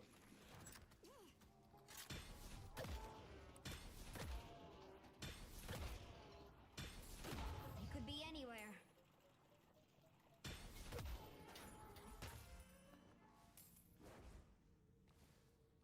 We got to steal all that stuff there. 10 new heroes understand things can be the same pace with new hero introductions.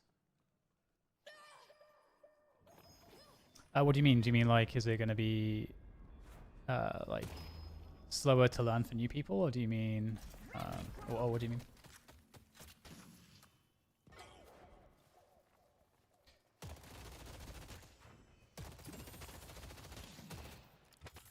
Pace of the updates. Ah, okay. I think the pace of the updates, it's interesting because I think the pace of the updates will slow down a little bit. I think they're going to focus on getting the game ready for open beta. If I had to this is just pure guesswork, of course. Pure guesswork. I really don't know for sure.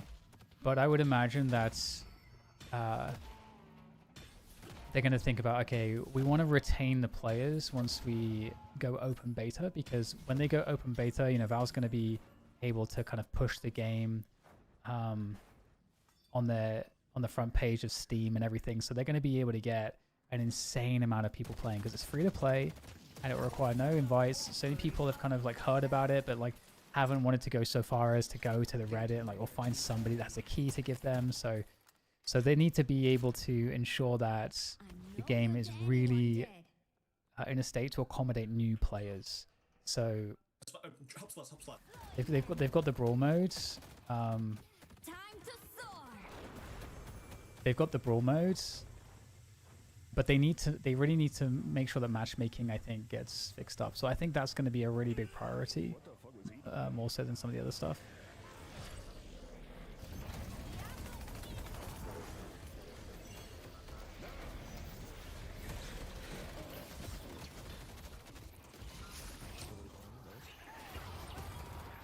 The fat fight. We got mid boss after this. Hey. Let's just hit mid boss before it. Or go to the turn. Yeah, no, hit it now. If we stall the fight too long, they're gonna be up and try to contest it. We're gonna use our yellow walker doing this though.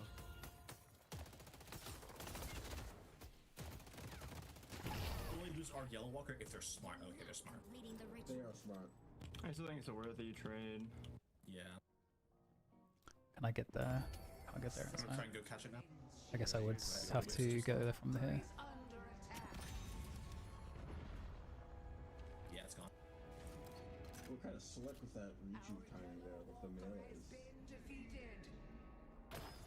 But I think, you know, we've got 38 heroes in the game right now. It's a good mixture of like all of the roles. I On the can't way. do movement, holy moly. Otherwise I'd be there. Oh, come in. Got it. You're just goaded. This somewhat you gotta catch that massive wave. Being I think it's going to be about trying to retain players now. Stop them. Because that's the other interesting thing too, that, you know, we've had this really awesome spot where these updates have brought loads of new players, and actually they seem to be sticking around right now for the most part. I think players were starting to, I think there's already an attrition that was happening week by week, this soon after the last launch of the new heroes.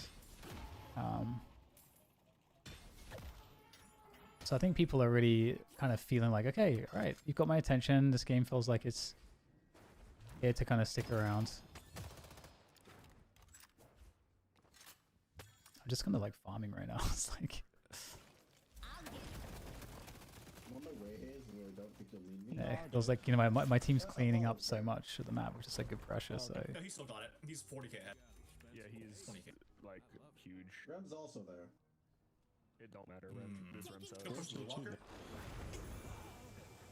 He's stuck with Blue. oh, we still have a Guardian up in 24 minutes. That's crazy. Raven.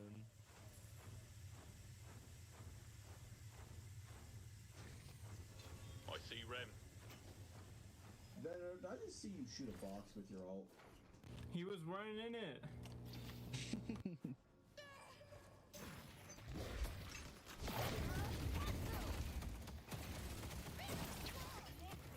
The detective has been making opportunities for us. Push the base. I have my orders. Keep this going. Yeah, we still have 3 Aegis. Throwing them. They think they're in control? Who's ready for a ride?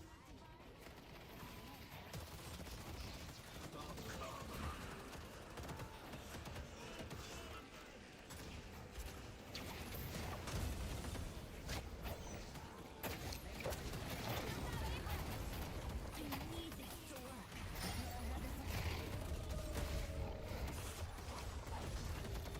Okay, reduce me. Ran out of reju. That's so tragic.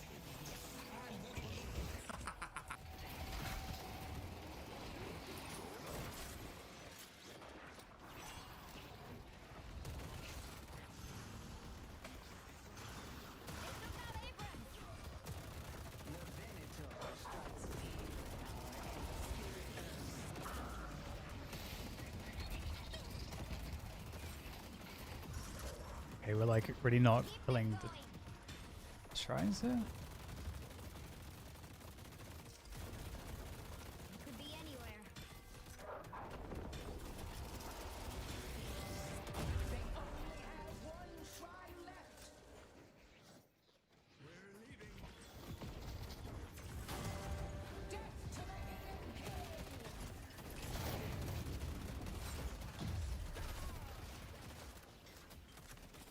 My resolve. We have all lanes. Let's just stay and go about it. Like, what do we have to lose here? The game.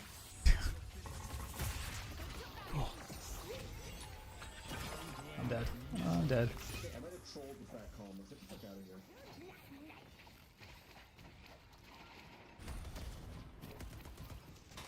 Come on, scroll. Might get some gun items actually. Get some gun items.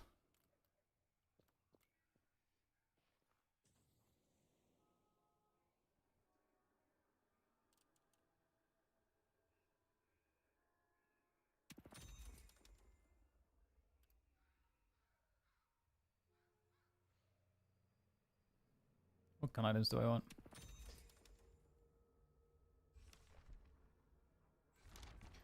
To have that much, like, it's mostly like spirit damage, isn't it? Hard green guardian. Oh no, our green guardian!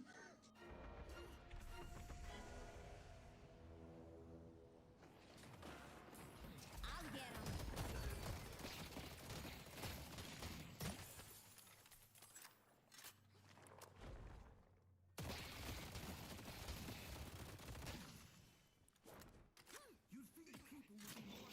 Oh my god. Fucking bullet. Yeah, that's not worth it.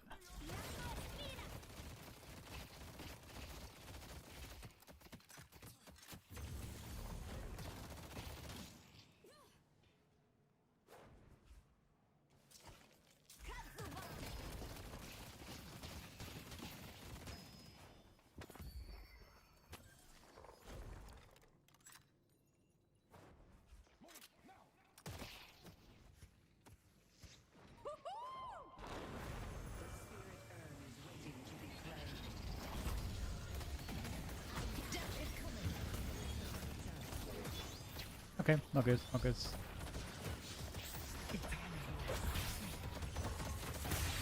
That was really bad.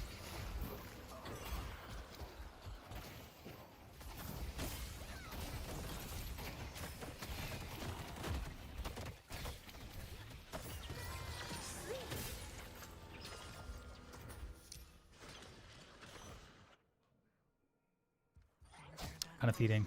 I choked. My bad. Brain gone AFK. Game's too easy. Push Phoenix's flies, as smooths and Vindictors, and restricts his faces, yeah. Yeah, she's all floaty. I haven't played Vindictor in quite some time. Jesus fucking Christ, Hayes. I really enjoy playing like Crow Vindictor. As always, Hayes.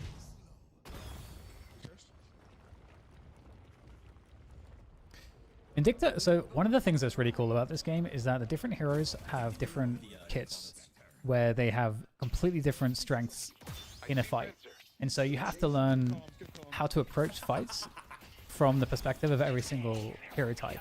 And like Vindictor, like for example, is one of those because she's not super mobile and she needs specific ranges to play with. So you got to like create that for her. It's like, you know, the simpler version, a simple version of that is like, oh, you know, I've got a shotgun in Counter-Strike. You know, I can only play certain ranges and angles with that effectively.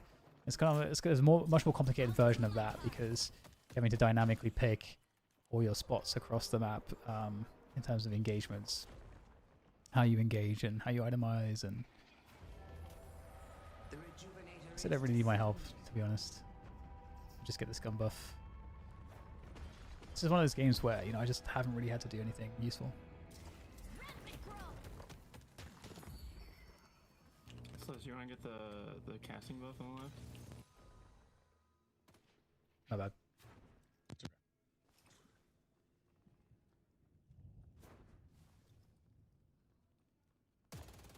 The spirit urn is waiting to be claimed.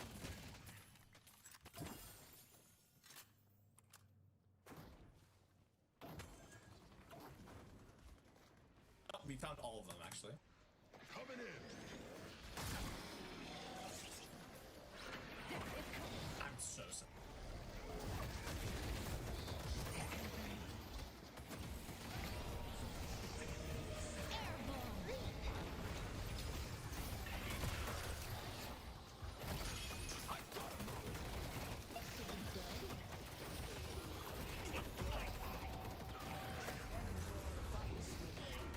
I'm doing a lot this game.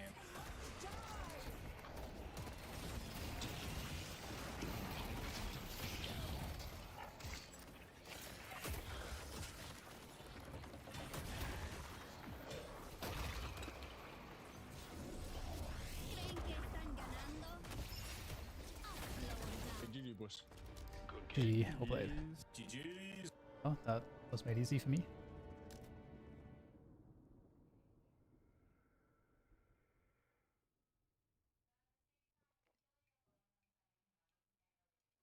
Impressive work.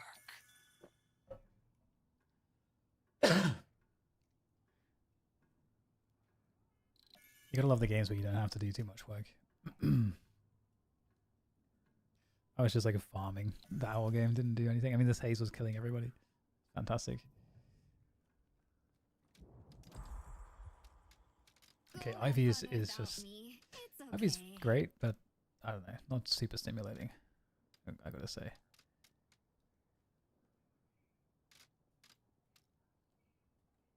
If my services are needed to complete their The patrons must be stopped, no matter the cost. Yeah, that's a great point. Some people manage to do it though. You know, I've definitely seen players who manage to make that work. Although it doesn't feel too reliable for sure. And also the early lane is really important too. Like, you know, if you're playing Vindictor and you don't have like a good frontliner with you or something like that, or even if that person's not playing very well, it can be really, really annoying. But if you get like a good Abrams with you or something, you know, you're going to have a good time on that lane.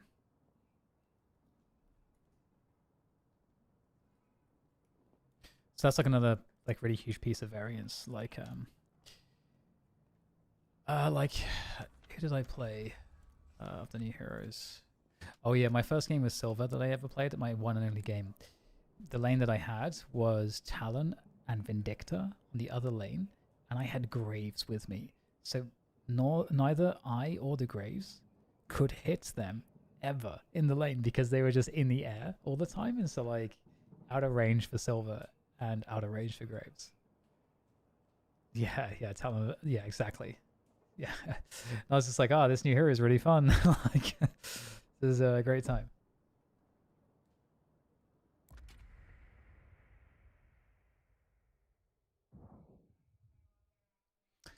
Wow, Infernus. I haven't played Infernus in a long time. He's not. He's pretty weak at the moment. So, yeah, me too. Talon is a favorite. Yeah, so this is gonna be interesting. What builds are people using?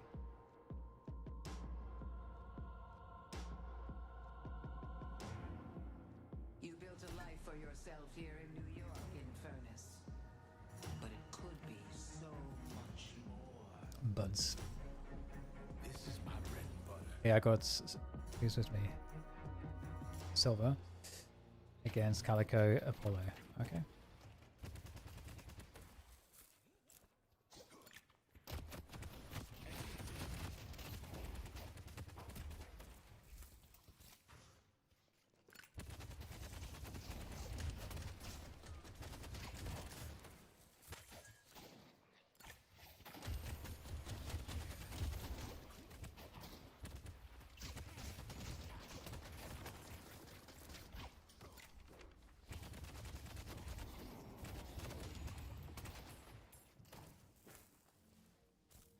You got expensive taste.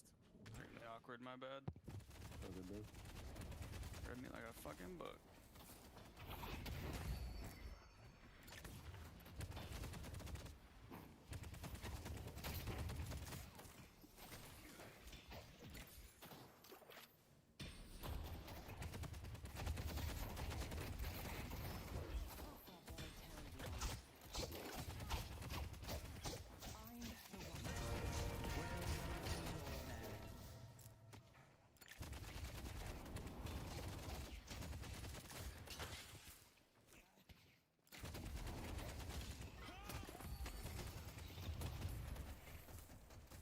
Oh, they're gonna regret fighting me.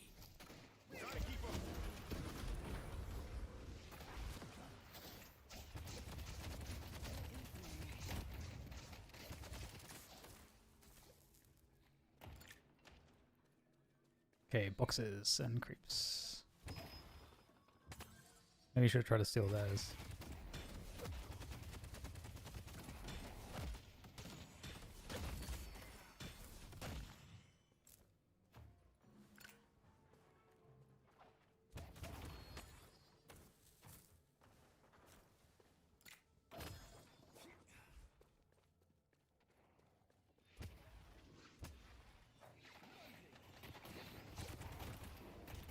On the move.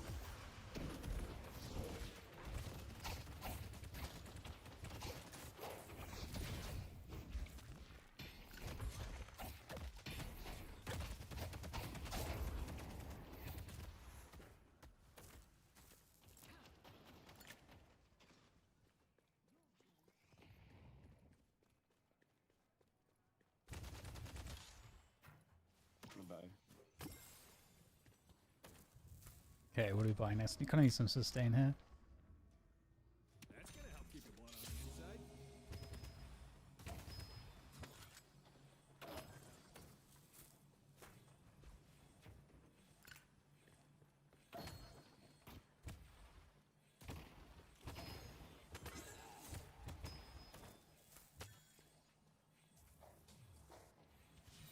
Burning a path.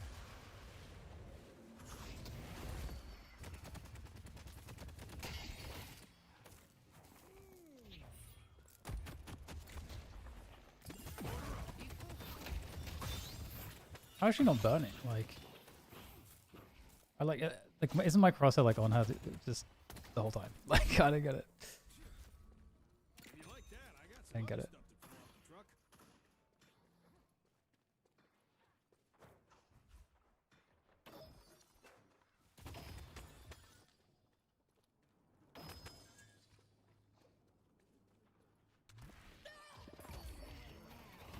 Light them.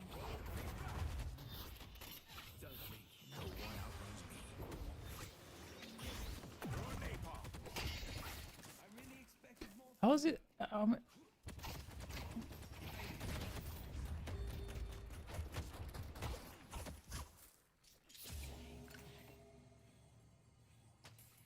How? Like, I'm not proccing the burn on any of them. It's crazy. I don't get it. I don't get it.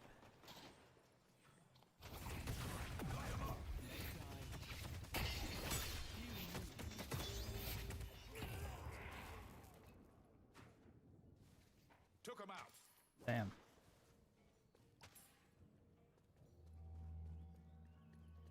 Living is difficult.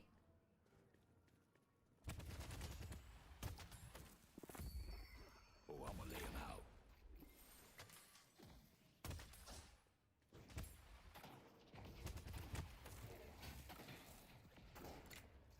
Let's ash 'em.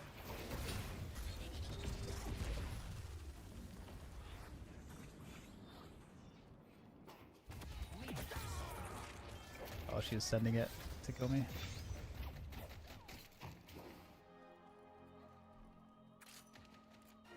I could maybe get a cheeky hit there on the Apollo.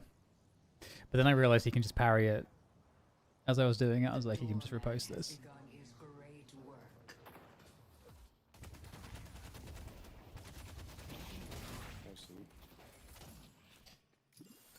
Vintage Coldzera. He still plays the game, you know. It's kind of crazy. I was actually thinking about that the other day because obviously the the famous clip with Coldzera.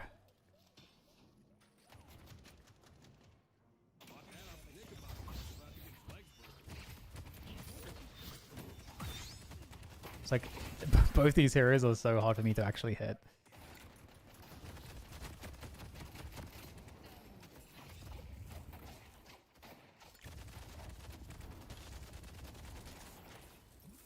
Kind of a nightmare lane in that respect.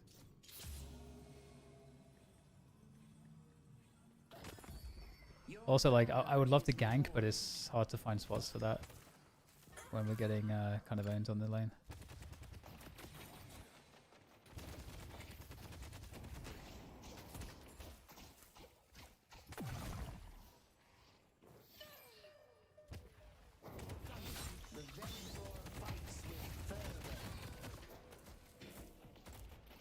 Maybe they made it so that it's harder to proc the... I guess if I get increased rate of fire, that will help as well.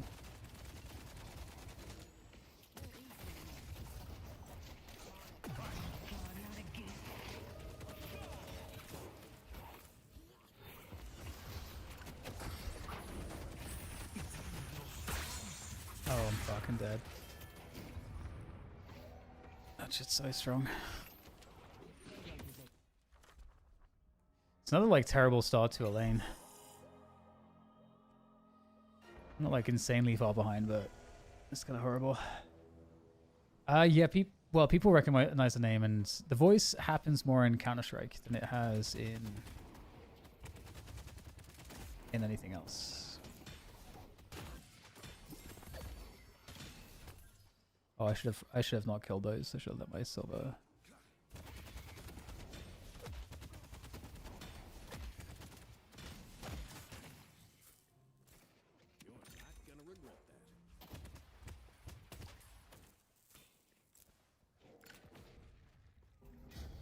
Turn them to ashes.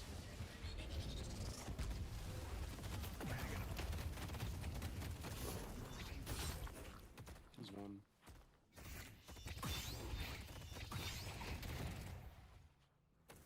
How is he not getting burned at all? I'm like, I said I was just shooting straight into his face.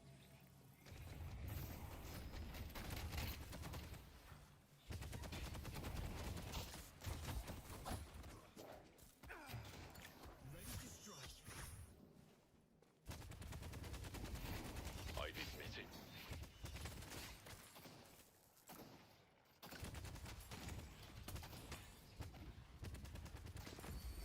Be brave.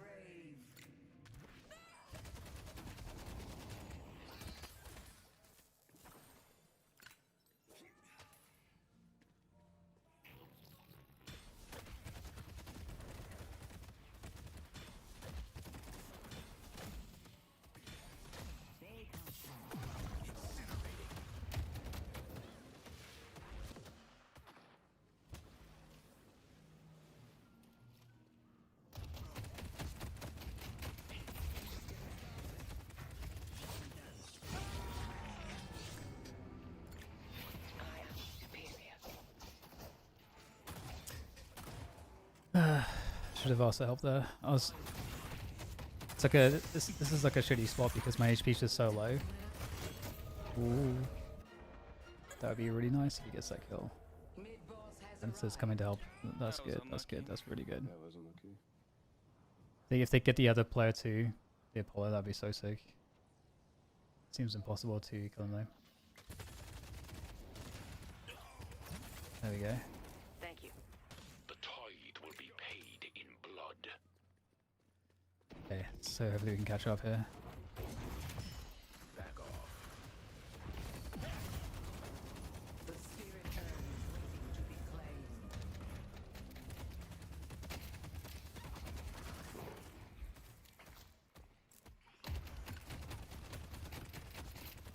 She's got such a skinny model, it's like...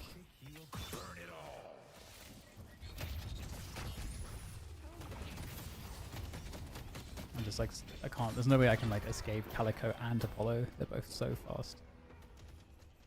I think that's something I need to recognize more about this lane, is being a lot more passive when playing against two heroes that are very good at like cutting you off. The lunges and just Calico's like slash being on such a low cooldown and stuff is very strong. But I can try to... The choice here was either between helping green or going yellow for the wave. And I'm not actually not sure what is the better choice here. Because I get the solo experience here. Well, maybe not anymore because Venice is coming here. But the green Guardian needs to go down. That's the last Guardian that we have left. So I think there's an argument to fight the green lane. And I think the Venator who's just joined me, he 100% that should have been his choice. Should have been to go green. Because we don't need 2 people here. We need 3 people on green to dive the tower and to convert the Guardian, like guarantee it. I think that's the correct theory, at least. What a cocksucker. Although Venator's now just like eating their jungle, which is pretty good as well. Going for turn in. Okay, there's a lot there.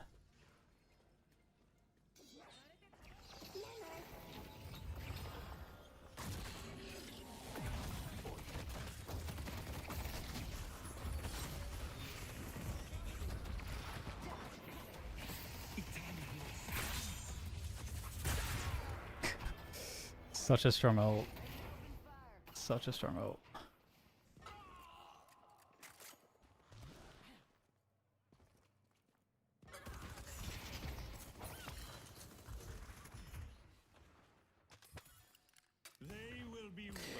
So the other element though as well is that Venator is like a solo side lane type of hero because he's an M1 carry, so you really do want him to be... Oh, we're gonna lose this. We might lose this in mid. It's my time. You can stay there, Silver.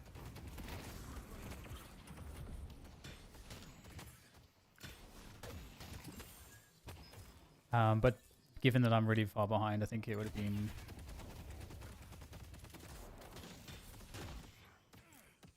I don't know.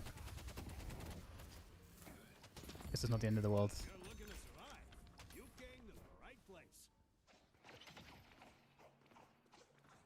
But I can afford this.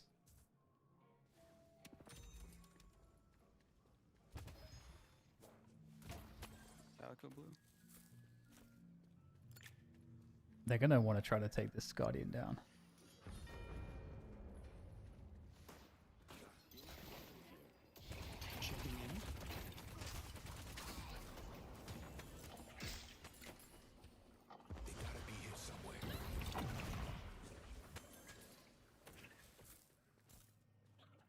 So this mid Guardian being up is really giving us a lot of extra control on their side of the map.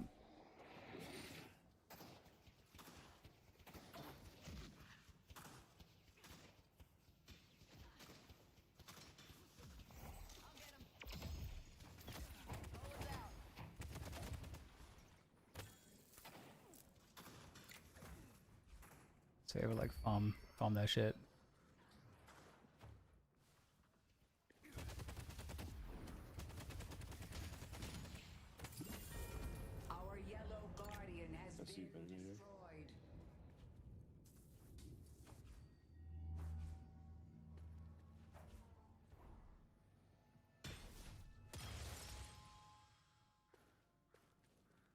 Norman, why'd you leave the spirit buff, dude? Headed to York. Our yellow walker is under attack. Our blue walker is under attack. The spirit urn is waiting to be claimed.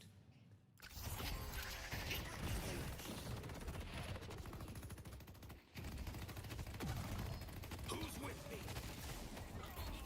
Headed this way.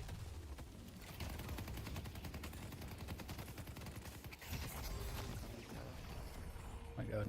Hank ain't gonna be wild about me pissing off the bed. I missed the ult there because I had no stamina from escaping his ult. So The Venator fights with that's pretty nice.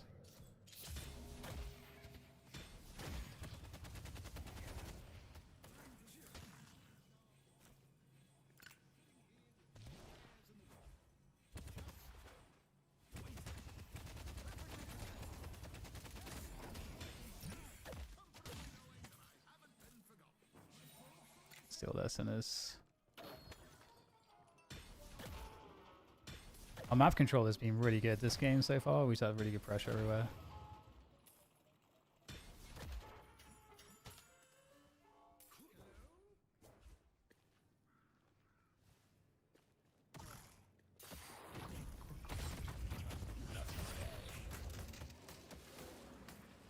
Calico on our sinners.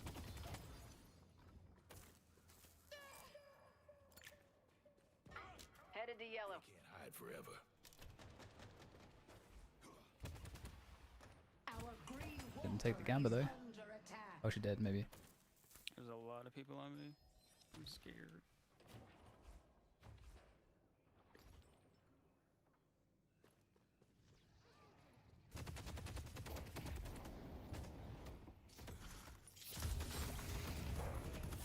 Our yellow walker is under Oh, that was supposed to be a wall jump.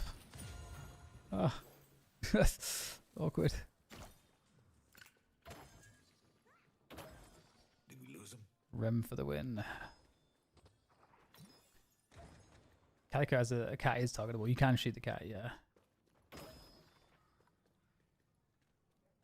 Try to keep up.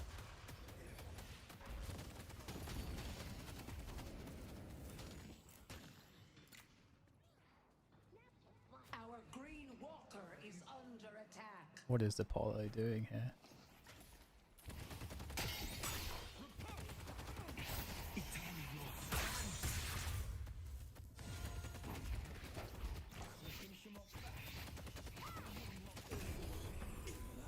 You thought I was gonna forget what you did to me?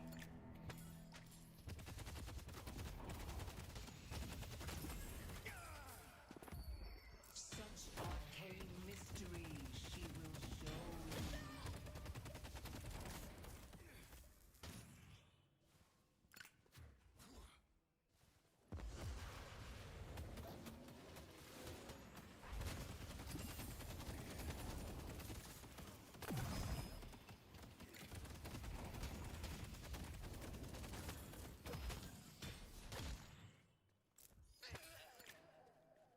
Got a lot of money.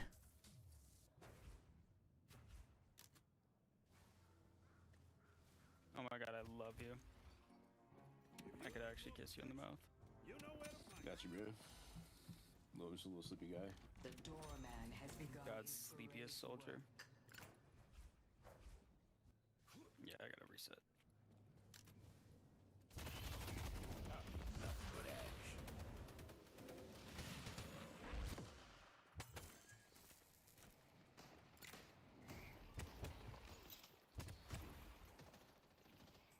York needs help.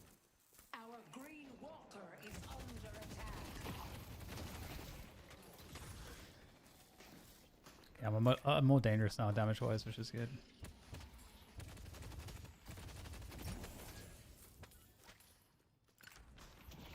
This will be a nice little spike as well. He does some damage.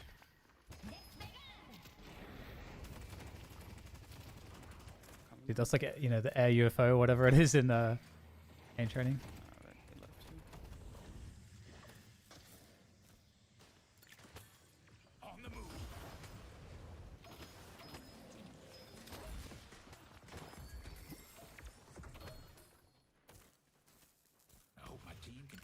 eyes on this.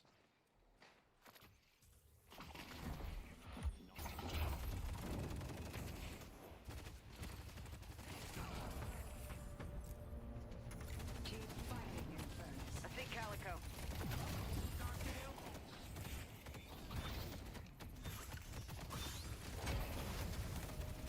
There's no escape.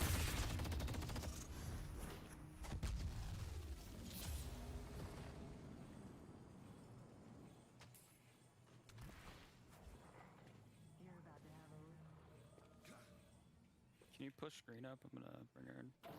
Oh, it's a comeback? Never mind. First, I'm coming to you. Do I have any like The wolf life steal that's helping me out in this situation? I've got some life steal, but it's pretty minimal. Someone helping Furnace. Oh my god. Oh, he's good. Come to me, sweet boy. Come to me.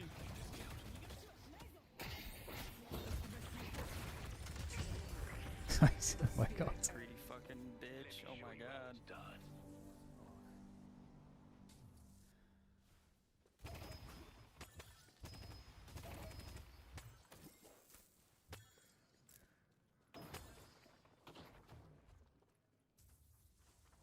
Okay, we're back.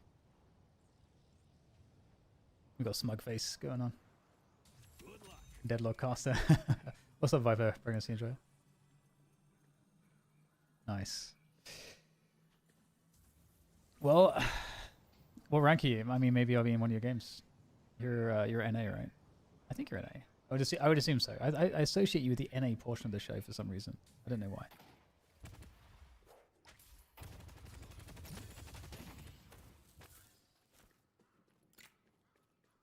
Oh shit! I'm covering up my YouTube chat.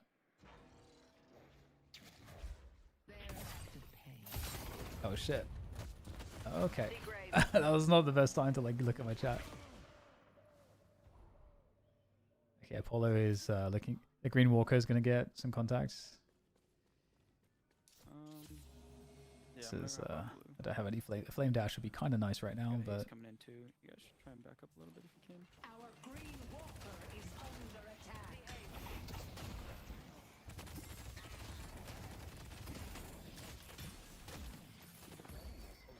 I see the enemy. Hell of an explosion. okay, where is he? What the? Oh my god. What the hell? Annoying.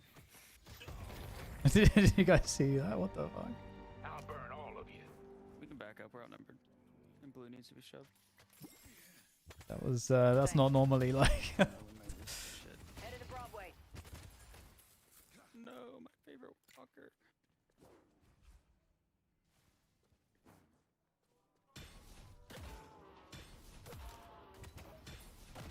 Alright, let's be careful with blue.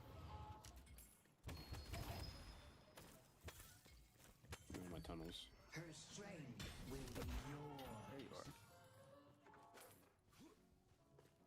I think there's someone in our right side jungle. Don't get dead.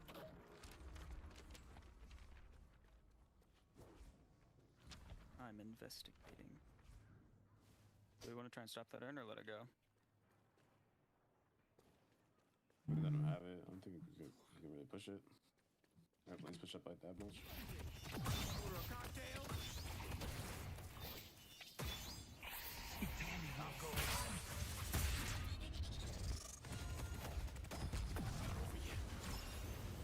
Sweet Ram, thank you for your aid. His damage output into ult is kind of crazy, actually.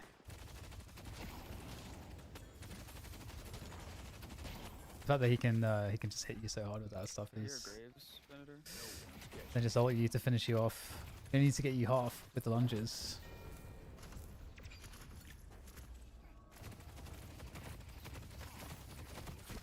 Oh no.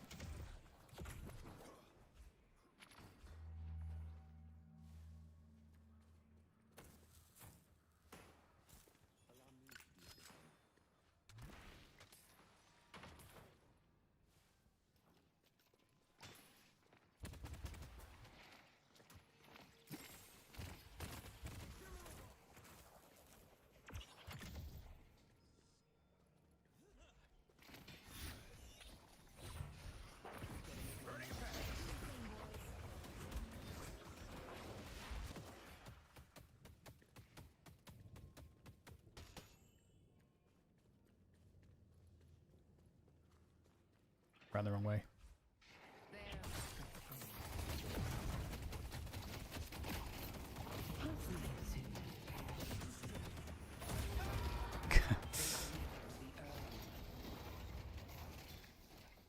It's just chilling in their jungle for no apparent reason. Yeah. What's up, Lost CCS? How's it going? Oh, I appreciate that. What stuff do you like the most? I always like to ask that to people because I don't always know like what resonates most with people, and it's always good to know.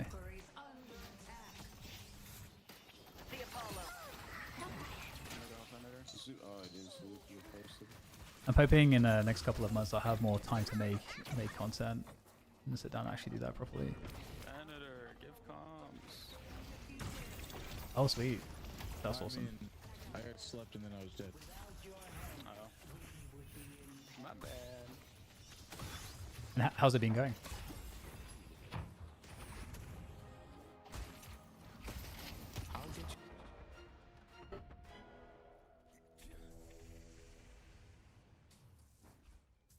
Our green walker is under attack.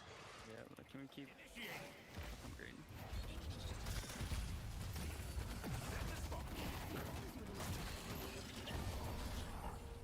That kid needs someone to set her straight. Our green walker is under attack.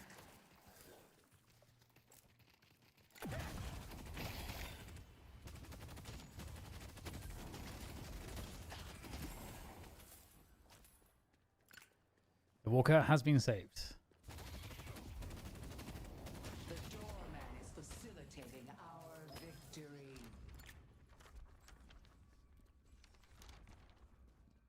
Screw it. What I'll get is- Leech. They're doing mid boss. Or actually, I'll get Ricochet. Why? I don't know, I'm going down. I have ult. They literally just baited it. Yeah, Ivy's out top. We can finish it if anything. I mean, I'm down. They're 2 down. Let's do it. Do it.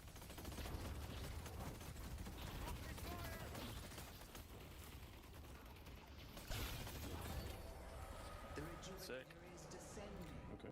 Okay. They don't have good middles. A little late for that. I'll paint a path. Oh, is that the recent one, the flow state one that you just mentioned? I'm not sure if I've done one of those in the past, but I definitely did one recently. Let me show you upstairs.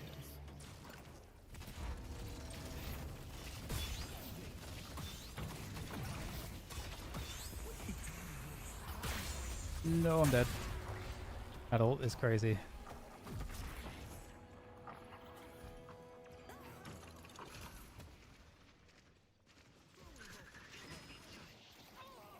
Burn it down.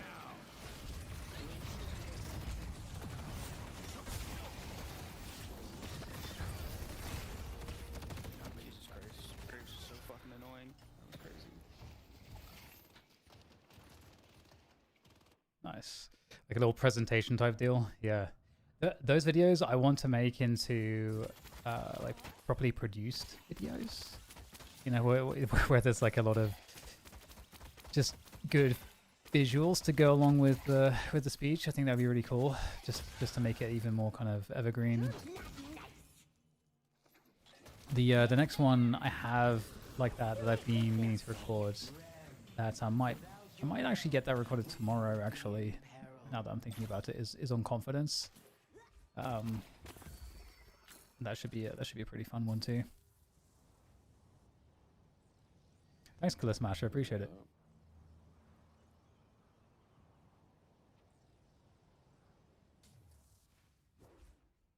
Yeah, the aiming thing's really interesting because if nothing else, I think what aim training can help to do is, or rather at least the takeaways are just being having more conscious focus around what you're doing with your aim, because and by sort of categorizing things and learning how to look at it, even if you're not even spending time in the actual aim trainers, sort of being somewhat conscious and having time in your mind to focus on those skills is, I think, really powerful, because I think a lot at least a lot of people don't understand how to make that kind of mind connection into their aim.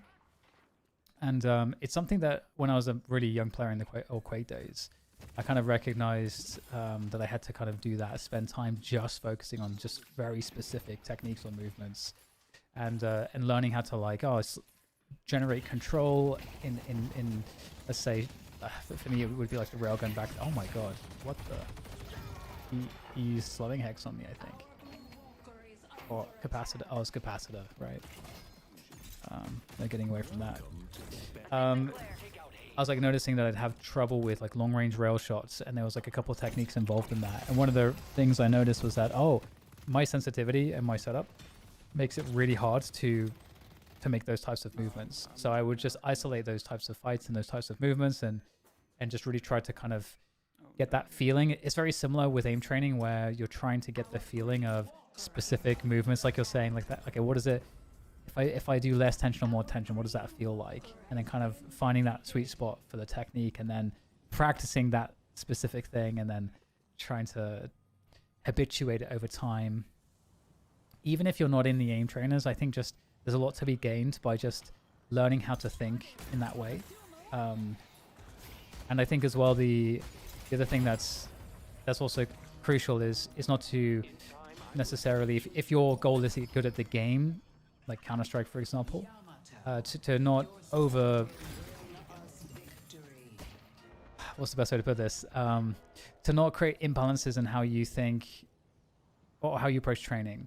So not spending all of the time aim training, for example, like understanding kind of how to do training blocks, so that the focus goes in the right areas. Because there is actually also a thing I've seen happen to a lot of players where they get really into aim training, and they see how like, good aim trainer mains can be, and then they get really focused on trying to have like perfect aim, when Counter-Strike is so many more things, and there'll be lots of players that'll be better than you that have like half of the aim that you do. So I'm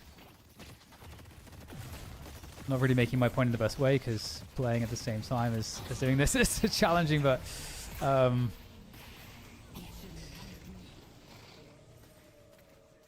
yeah, it's like that to me is something that I think that's really enjoyable to play with, is how you kind of set your training blocks up to be specific for your needs. And I always found like a natural cadence between like tournament seasons, or you know, whenever you're playing a league, and you've got like some downtime for a month or two.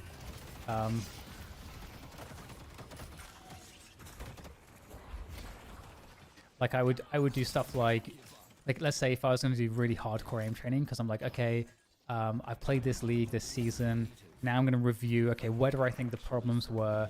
Okay, these aspects of my aim were quite difficult, or I wanted to switch to this like new like mouse or whatever, or you know, I wanted to try just approaching the game from a completely different like play style.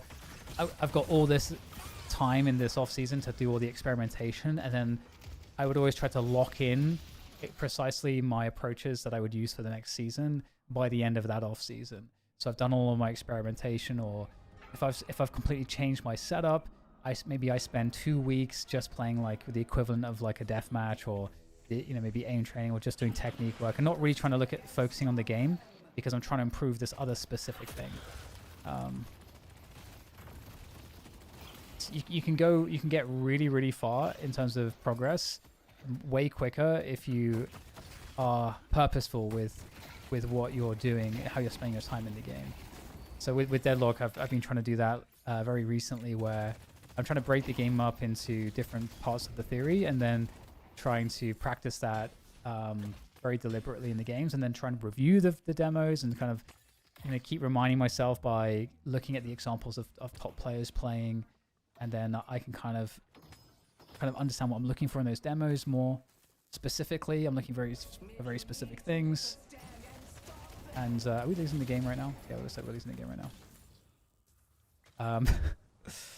Just going into like a talking mode, but just there is so much you can do to improve like significantly faster if you are you know, focused on the right things. Is really the aim of the story here. Back up so And so I think the education around aim training can help you, you know, access that. But again, it can be a danger when you kind of like focus on it too much. I think I have like a video about that too. Just. But yeah, I'll see if I can try to actually. Do you want to try to fight this on or no? I mean, nah, we don't win. Okay, let's get the farm that we can in the meantime.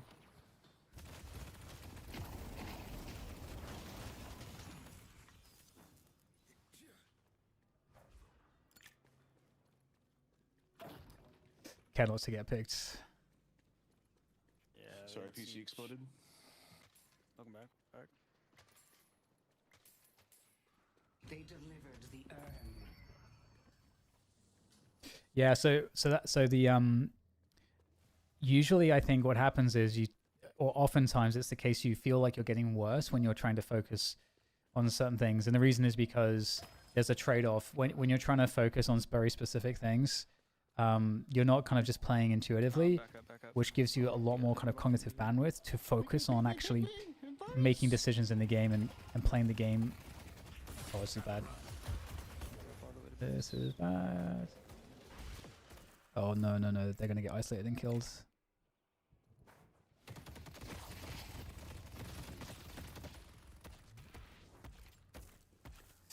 Ouch. Yeah, you lose cognitive bandwidth on like awareness for the game and like making your typical decision making. I don't know. Yeah, we're gonna have to give them the shrines. We can't get staggered here.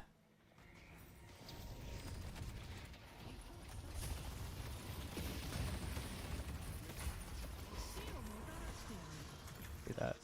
Sinclair does a lot of damage.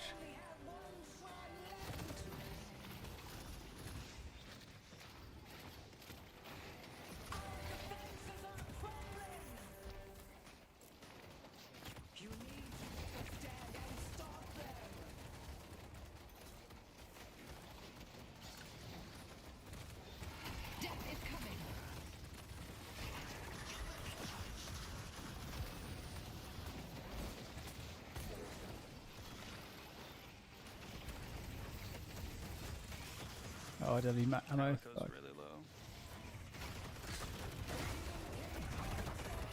I'm dead. So hard to like play. They do so much damage. They're so low. Sinclair especially does insane damage right now. Yeah, proving the playing cognitive bandwidth. Exactly. Yeah, talking and playing at the same time is very hard. But yeah, so that's what happens. So basically the model that usually I show people for that is the 4 stages of competency, because that's really kind of how it is. You know, it takes a lot of effort, a lot of energy to actually intentionally focus on a specific skill, and you're almost kind of, you're not just like focusing on that skill, but now you're also focusing on like reprocessing the data that is going to be needed whilst you're trying to learn this new skill. Because if it's a new approach or a new way of you know, maybe you're just trying to play more efficiently, you know, suddenly you're focused on a lot of different things, and so that you might not normally be focused on. So eventually what happens is that gets more and more and more efficient, and you start to habituate the new thing more and more by focusing on it, and then eventually you go from that kind of from the conscious competence into the unconscious competence, and then suddenly you've automated it. So now you have to use nearly as much energy for thinking about that thing, and that's the next thing. But that's where you might see not even improvement still, because sometimes you're having to fix like a few pieces. So you have to go through that process with a few pieces before suddenly all of those things are optimized, and you kind of like place them back together again, and they're working and they're all automated. And then that's when you're like, whoa, it feels like effortless. I'm way better, and it feels like effortless now.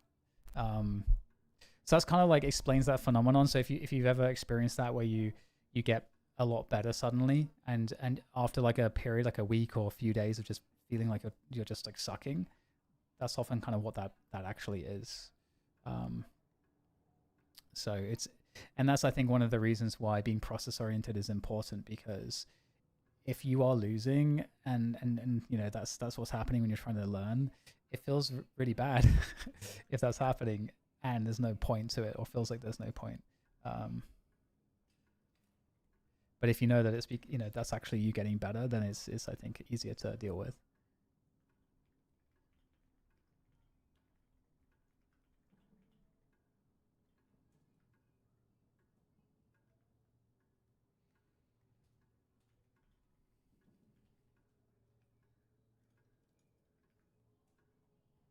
Oh, you did? Yeah, we were ahead in this game, and then we just kind of like threw it, which kind of sucks. What is it doing for me in terms of rank? It's still just sitting in Oracle 2. Lovely.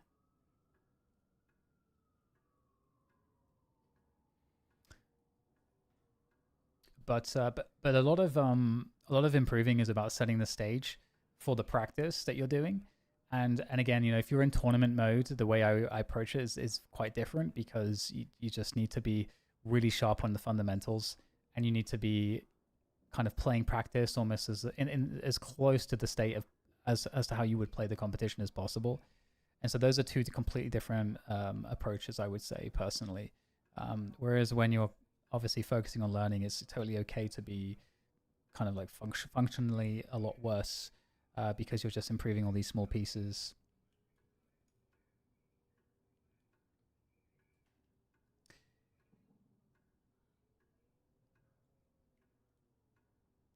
Very rare to find stuff that's actually just useful information. I appreciate that, Lusty. Yeah. Now I don't have to think as much about my aim. I'm realizing how bad my peaks and CS have been. Yeah, so this is actually another great thing. With aim, it's very easy to be frustrated with it. Okay, so this actually goes for everything in your game. It's very easy to be frustrated with losing because you feel like you're inadequate in some area, like because of aim, because of decision making, or whatever. Like, it's very easy to be frustrated, except unless you get to that point where you actually have a spot in your process that takes care of that thing. So you're describing that with aim. You're like, oh, now I have this process around aiming, so I know that if I'm not like actually aiming well in the game, well, I'm already doing everything that I can to work on this. I've already got it kind of taken care of. Today is an off day, that's okay. Or we have fluctuations in our performance with aim, so that's just normal. But you don't have to think, this just sucks, because you already have a way to deal with it. And that's the same thing with decision making, or really any aspect of your game. All of it can be worked on, and is I think a huge pressure relief once you realize that. Similar to there being a relief you can experience once you recognize that your performance is a range. To me, this is very liberating, because it allows you to accept much more easily that you're not playing as well today as you would like. And once you accept it, you can kind of then be curious about, well, if this is part of my range. It's like a range of hands in poker. Well, okay, well, sevens, a pocket pair of sevens, that's a part of the range I'm playing. What is the approach that I use with this? Like, what do I need to learn? I mean, it's not quite the same, but the idea is that you get this is your range. Like, it's a part of you as a player, so you should be curious about what is going on in that. Like, what type of mistakes are you making? How are you feeling? All of these different things can be useful information to improve, because normally it's actually the case that you should be able to move yourself up from your C game to your B game, from your B game to your A game. That's actually possible to do within a day. Where you kind of end up starting out is not necessarily always going to be the same, but if you improve your skill floor, obviously your worst day is not going to be very bad, and that's kind of one of the goals. Jared Tendler always used to say, or his philosophy was always that you should be able to win a tournament in your B game, and that's something that for him is a goal, because you can never guarantee being in your A game. It's much easier to guarantee that you're in your B game, and it's much easier also to actually be improving your C game, because when you're playing your worst or having your worst days, it's usually quite obvious what the problem is. And if it isn't obvious to you, you kind of need to figure it out. So you kind of need to open up those demos and figure out, okay, well, where am I giving up the value? Where am I losing? Where am I getting behind? Where am I getting the disadvantage? And once you can kind of figure that out, you'll be able to start working on those leaks. It could be a mental game thing. It could be mechanical. It could be decision making in theory. It could be a team play element as well. Sometimes people overlook team play in team games, which is kind of interesting when you think about it, because the team play, like if you think about your awareness of the game, you know, you have a perspective, you have information, and you have the capacity to lead and coordinate people. And so within all of that, there can be an enormous amount of skill that can impact games significantly. And so yeah. Oh, one sec.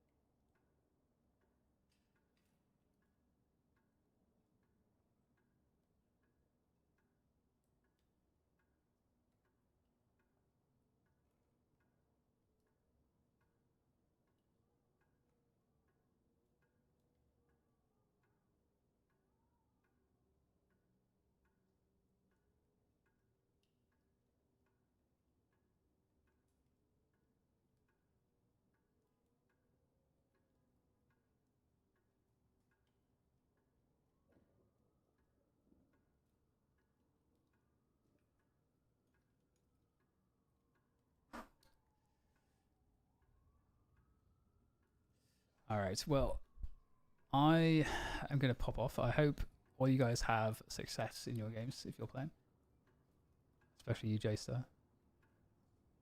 I know you've been getting the short stick. And thanks for coming by.